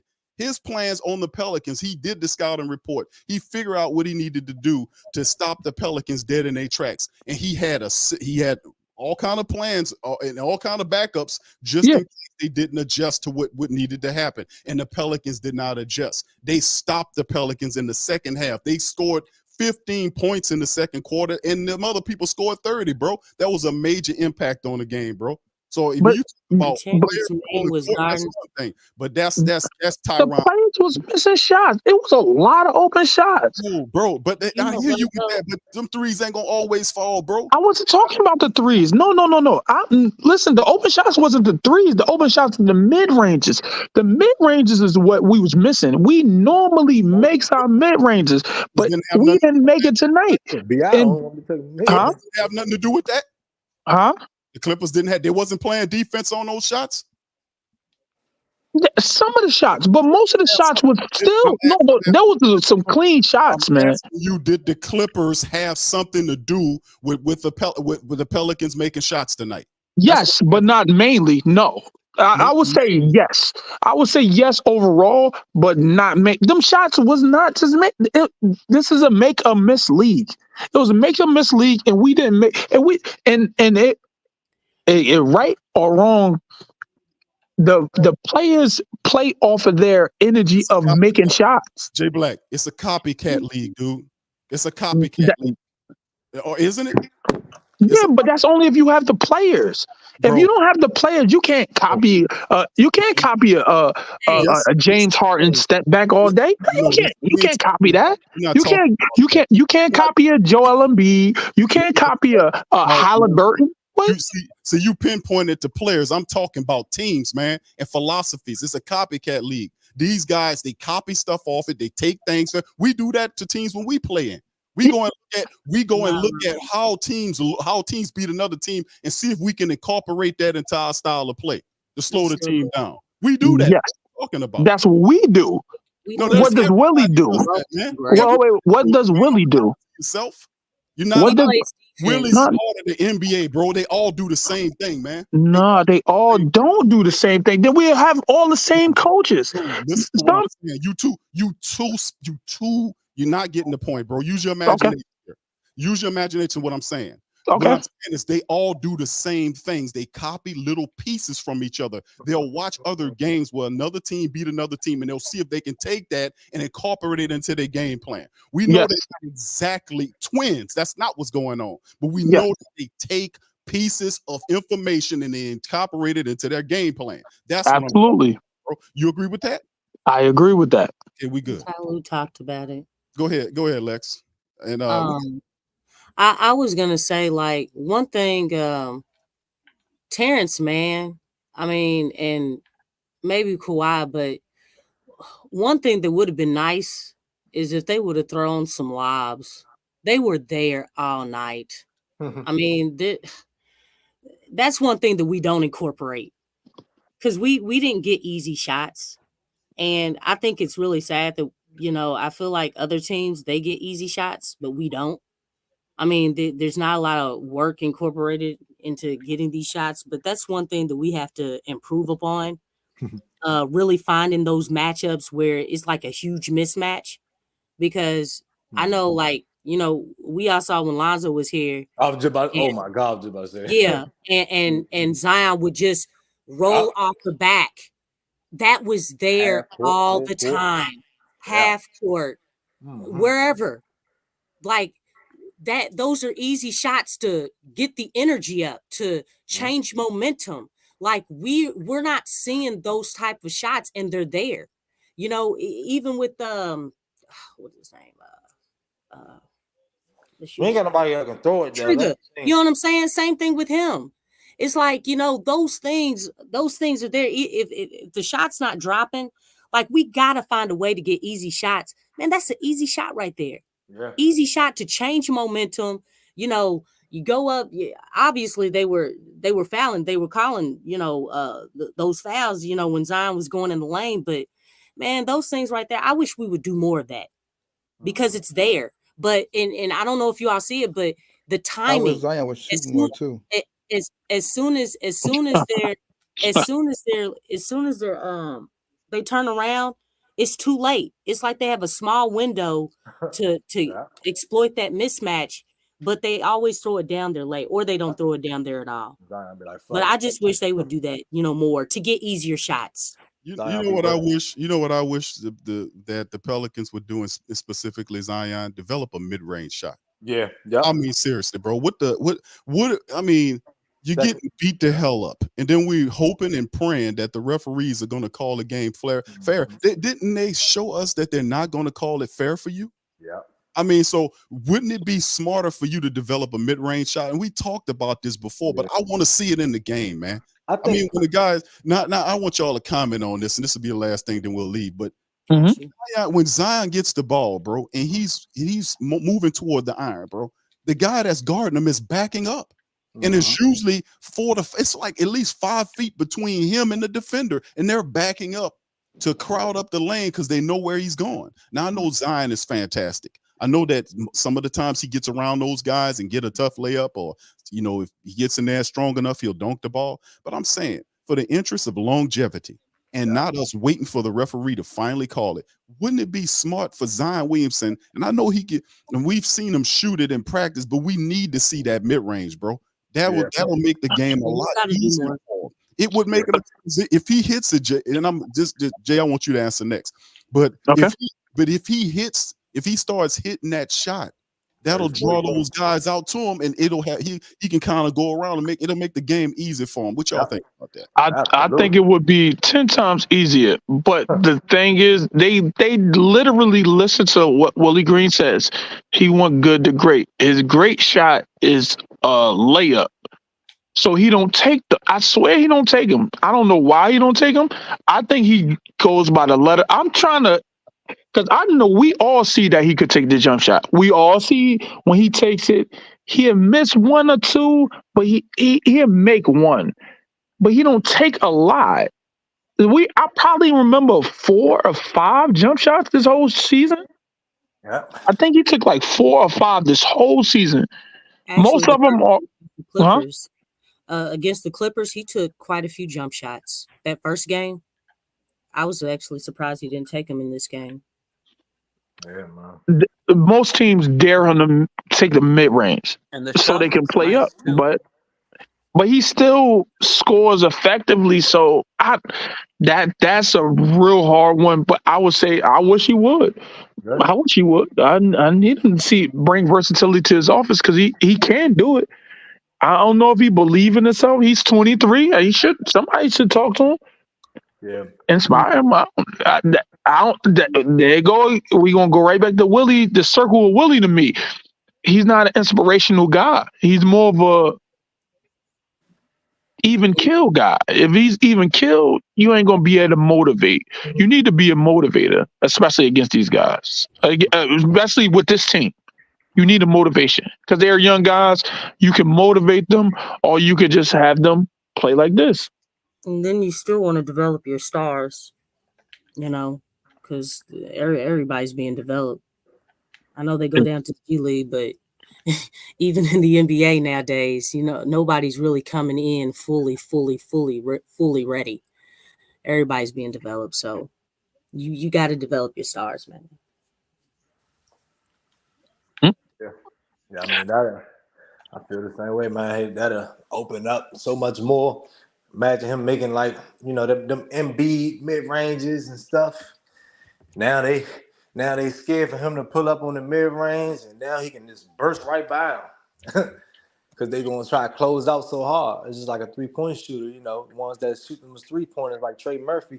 They're gonna close out real hard because they mastered that shot, and that's a you can do whatever you want with him because he got a handle too. If he can get it with a nice quick move, yeah, that'll make it a lot easier for him. That'll make it a lot easier. He got the touch for it too, yeah. But back in the lob and the things about the lobs, we ain't got nobody to throw no lobs to him. That's why we don't throw him. I mean, but who the best passer? I mean, is it between other than I know Zion pretty good passer. Dyson, but I mean, he's not on the floor all the time. BI, it'd probably be BI, but even his passes get a little wild. So yeah, Yeah, no, I don't think nobody on this team passes like Lonzo though. We'll say that. Not a lot of people. Nobody's throwing anything from midcourt. Oh, I remember that. I remember that one against the Rockets. I mean, he did that. That was a regular. That was I remember that one against the Rockets. Zion called it over James Harden head. Yeah, that's one. Yeah, man. All right, well, fam, listen, we about to get ready to go. And I said I was gonna get out at about 12, man, but you got excited, Big Q. It's all right. We I heard know. conviction. I gotta blame Jay Black. Jay Black bring it out of me. Brother, man. Good job, Jay Black. Good job, man. Black woke me up over here. I'm over here dozing off, and Jay Black kind of helped me out, brother. So that's what the Pelicans need in the locker room. Yeah, That's good. Get mad at each other. Because that's what championship teams, they weren't being nice. They were fighting. I've been listening to these stories, man. They talk about that. Kobe and Shaq were going at it. Miami Heat just a couple seasons ago. Yeah, they was good. They go at it, man. Shoot, even with the Boston Warriors. stuff. Yep, Warriors. Willie, Knocking people out in practice right now. Willie ain't gonna let that happen, bro. Willie gonna Yeah, he trying to He gonna contain start crying. everything, He gonna start crying. We contain got love each emotions and other. no, stuff. he just gonna point at the banner behind and sit together. Oh shoot! Don't even, man. That's awful. That's awful, man. No, we just This keep- ain't choir rehearsal. This is basketball. We trying to compete, man. So if we put Trey in the starting, would that improve the team? I don't know, man. I don't think so. Man, No, I mean, because I hear that. So I just sent the question out there. It improves the dynamic. Okay, so like offensively, you are going to have more weapons. You're going to have more spacing, but then you also have to understand the fact that defensively, it's not going to be the same as with Herb. Herb, the thing is he's versatile because he can give you the amount of defense that he does have, with also those random kind of Euro steps to the lane where he's making these nice little layups and stuff like that. And sometimes he can also give you 3-pointers. But the thing is it's not at a consistent rate as we thought it would be. But with Trey, you get the 3-point shooting, the ability to also enter the lane. He's also a lob threat. So you have these things, these possibilities of better rebounder too. Exactly. You have all these things, the potential when it comes to offensively, it's going to be more improved. Defensively, though, you also have to understand that's going to also not be the same as if you had Herb on the in the starting unit. So I mean, there's positives and there's negatives, but the thing is regardless of who you choose in the starting unit, you're going to have to understand you're going to be losing something regardless of who you put in. Is it more positive or more negative? I think more Well, positive. we need to try it first to even see if we can, to determine if it's a positive or a negative. That's what I'm We saying. haven't tried it. I think And that's it the would be thing more about positive. trying things, Yeah, I actually think that'd be breaking pretty good. routine. Yeah, Huh? I agree, Lex. I think that actually having Trey in there, and I like her, but bringing Trey into the starting lineup definitely that would definitely wake things up offensively. Yeah, I And think it's worth a Trey's try. We Trey's in order to also really know. Trey's also shown actually a willingness and also improved on defense. So it's Oh no, not like he's not. No, he's solid. He's it's not solid. like We're we're saying anything's super drastic, but I mean like with Trey in the lineup, there is definitely more potential, more opportunities for both BI and Zion. So like you have all this spacing that you don't have with Hurt. So with that, there's already a inept possibilities with him being on the floor. Like it improves your floor drastically. I got a different question then. All right. J-Beck, brother, could this be the last one? This is the last one. This is the last one. You're right. This is the last one. I gotta go to sleep anyway. We don't change it. How about doing it at the start of the third quarter though? Instead of doing it, we could try it and see how it is in the third quarter. Like Trey Murphy to come out of the halftime to spark the unit if they're not doing good. That's the question. What should we do it as the start of the game or the third quarter, or just do it both? That's the question. Well, it depends how it works. I mean, you have to see it. You know what I'm saying? I think the start of the game. Yeah, set the tone, bro. Yeah, set the tone right. If you're gonna do it, do it all the way. Start it from the jump. I actually like that. I think that's a pretty good idea. And plus with Herb There's no sliding harm to the in bench, trying it either. you're right. I think it'll definitely add a spark to the offense, no doubt about it. And then Herb coming up off the bench, man, with who else we got coming off the bench? All the defensive guys on the bench. All the defensive guys. All the defensive guys going to be coming up off the bench, bro. Larry, Jose, Dyson. Well, they would mix it. You know what I'm saying? It wouldn't just be all because Right. of They're gonna stack. rotations. But because you want to have a balance or some type of balance. You don't want to just have all defense and no offense. I mean, Sad we won't see it, but good thought though. Yeah. Good thoughts. I mean, but that's good enough to try it, though. that's the creativity part, man. Being open to trying new things, and Willie doesn't do that. Nope. He's gonna stick with the same thing, and And we're I going to just win wish some games because we're very talented, but we definitely going to lose some big imagination. ones.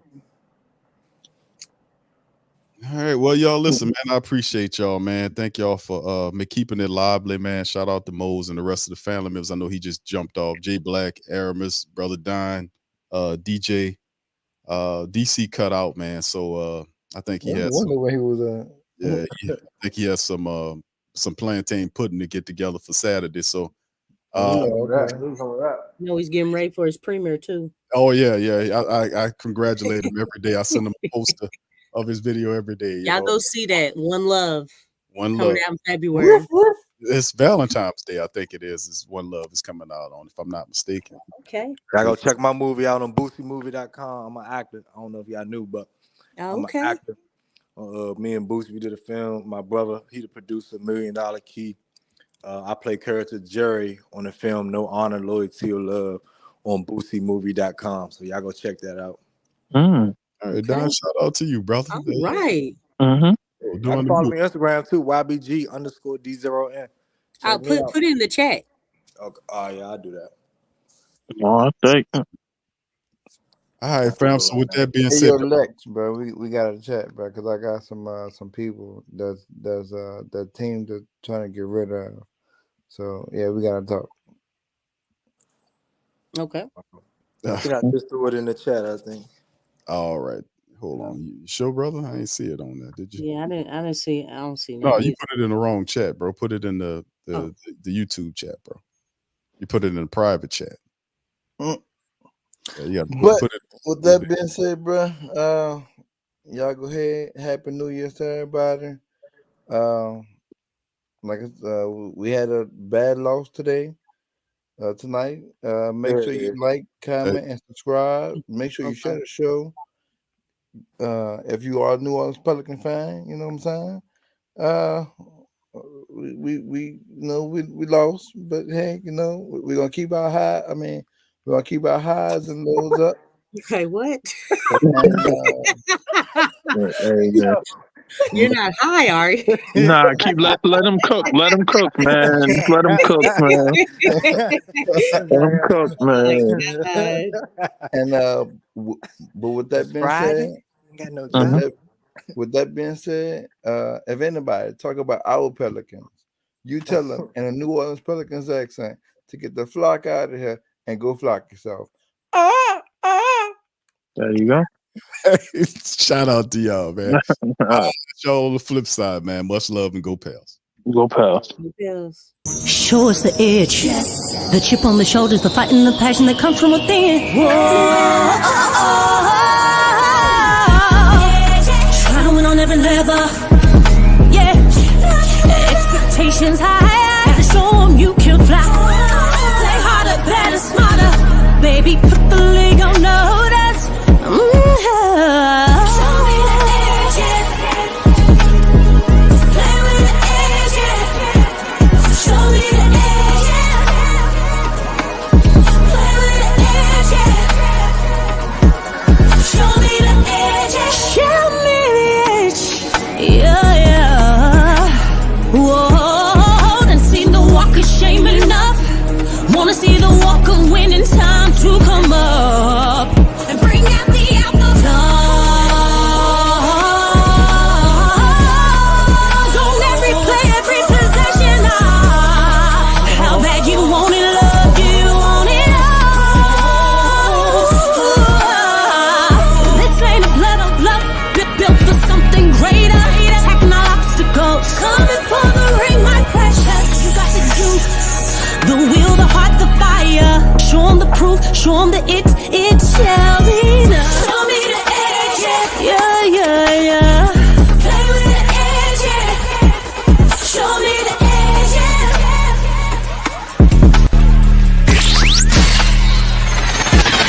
You're listening to the Pelicans Postgame Report on the PRO Media Network for all things Pelicans.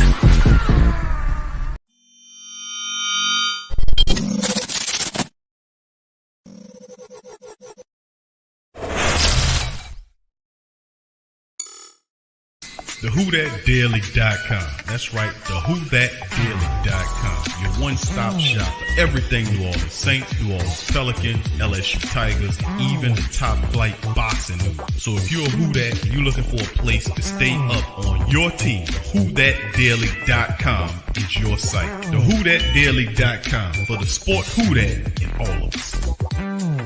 That's right, the Pro Shop is the platform store where you can go and buy all the latest merch to support the platform. Available at the Pro Shops, we have dozens of hundreds of products available for you and your family. Unisex tees for men and women, hoodies and sweatshirts, tank tops, kids and baby items, long sleeve tees, mugs, pillows, wall art, bath bedding, face masks, phone cases, stickers, bags, fanny packs, socks, hats, and many other items. Please feel free to check out the Pro Shops. The link is in the description section below. And remember, it helps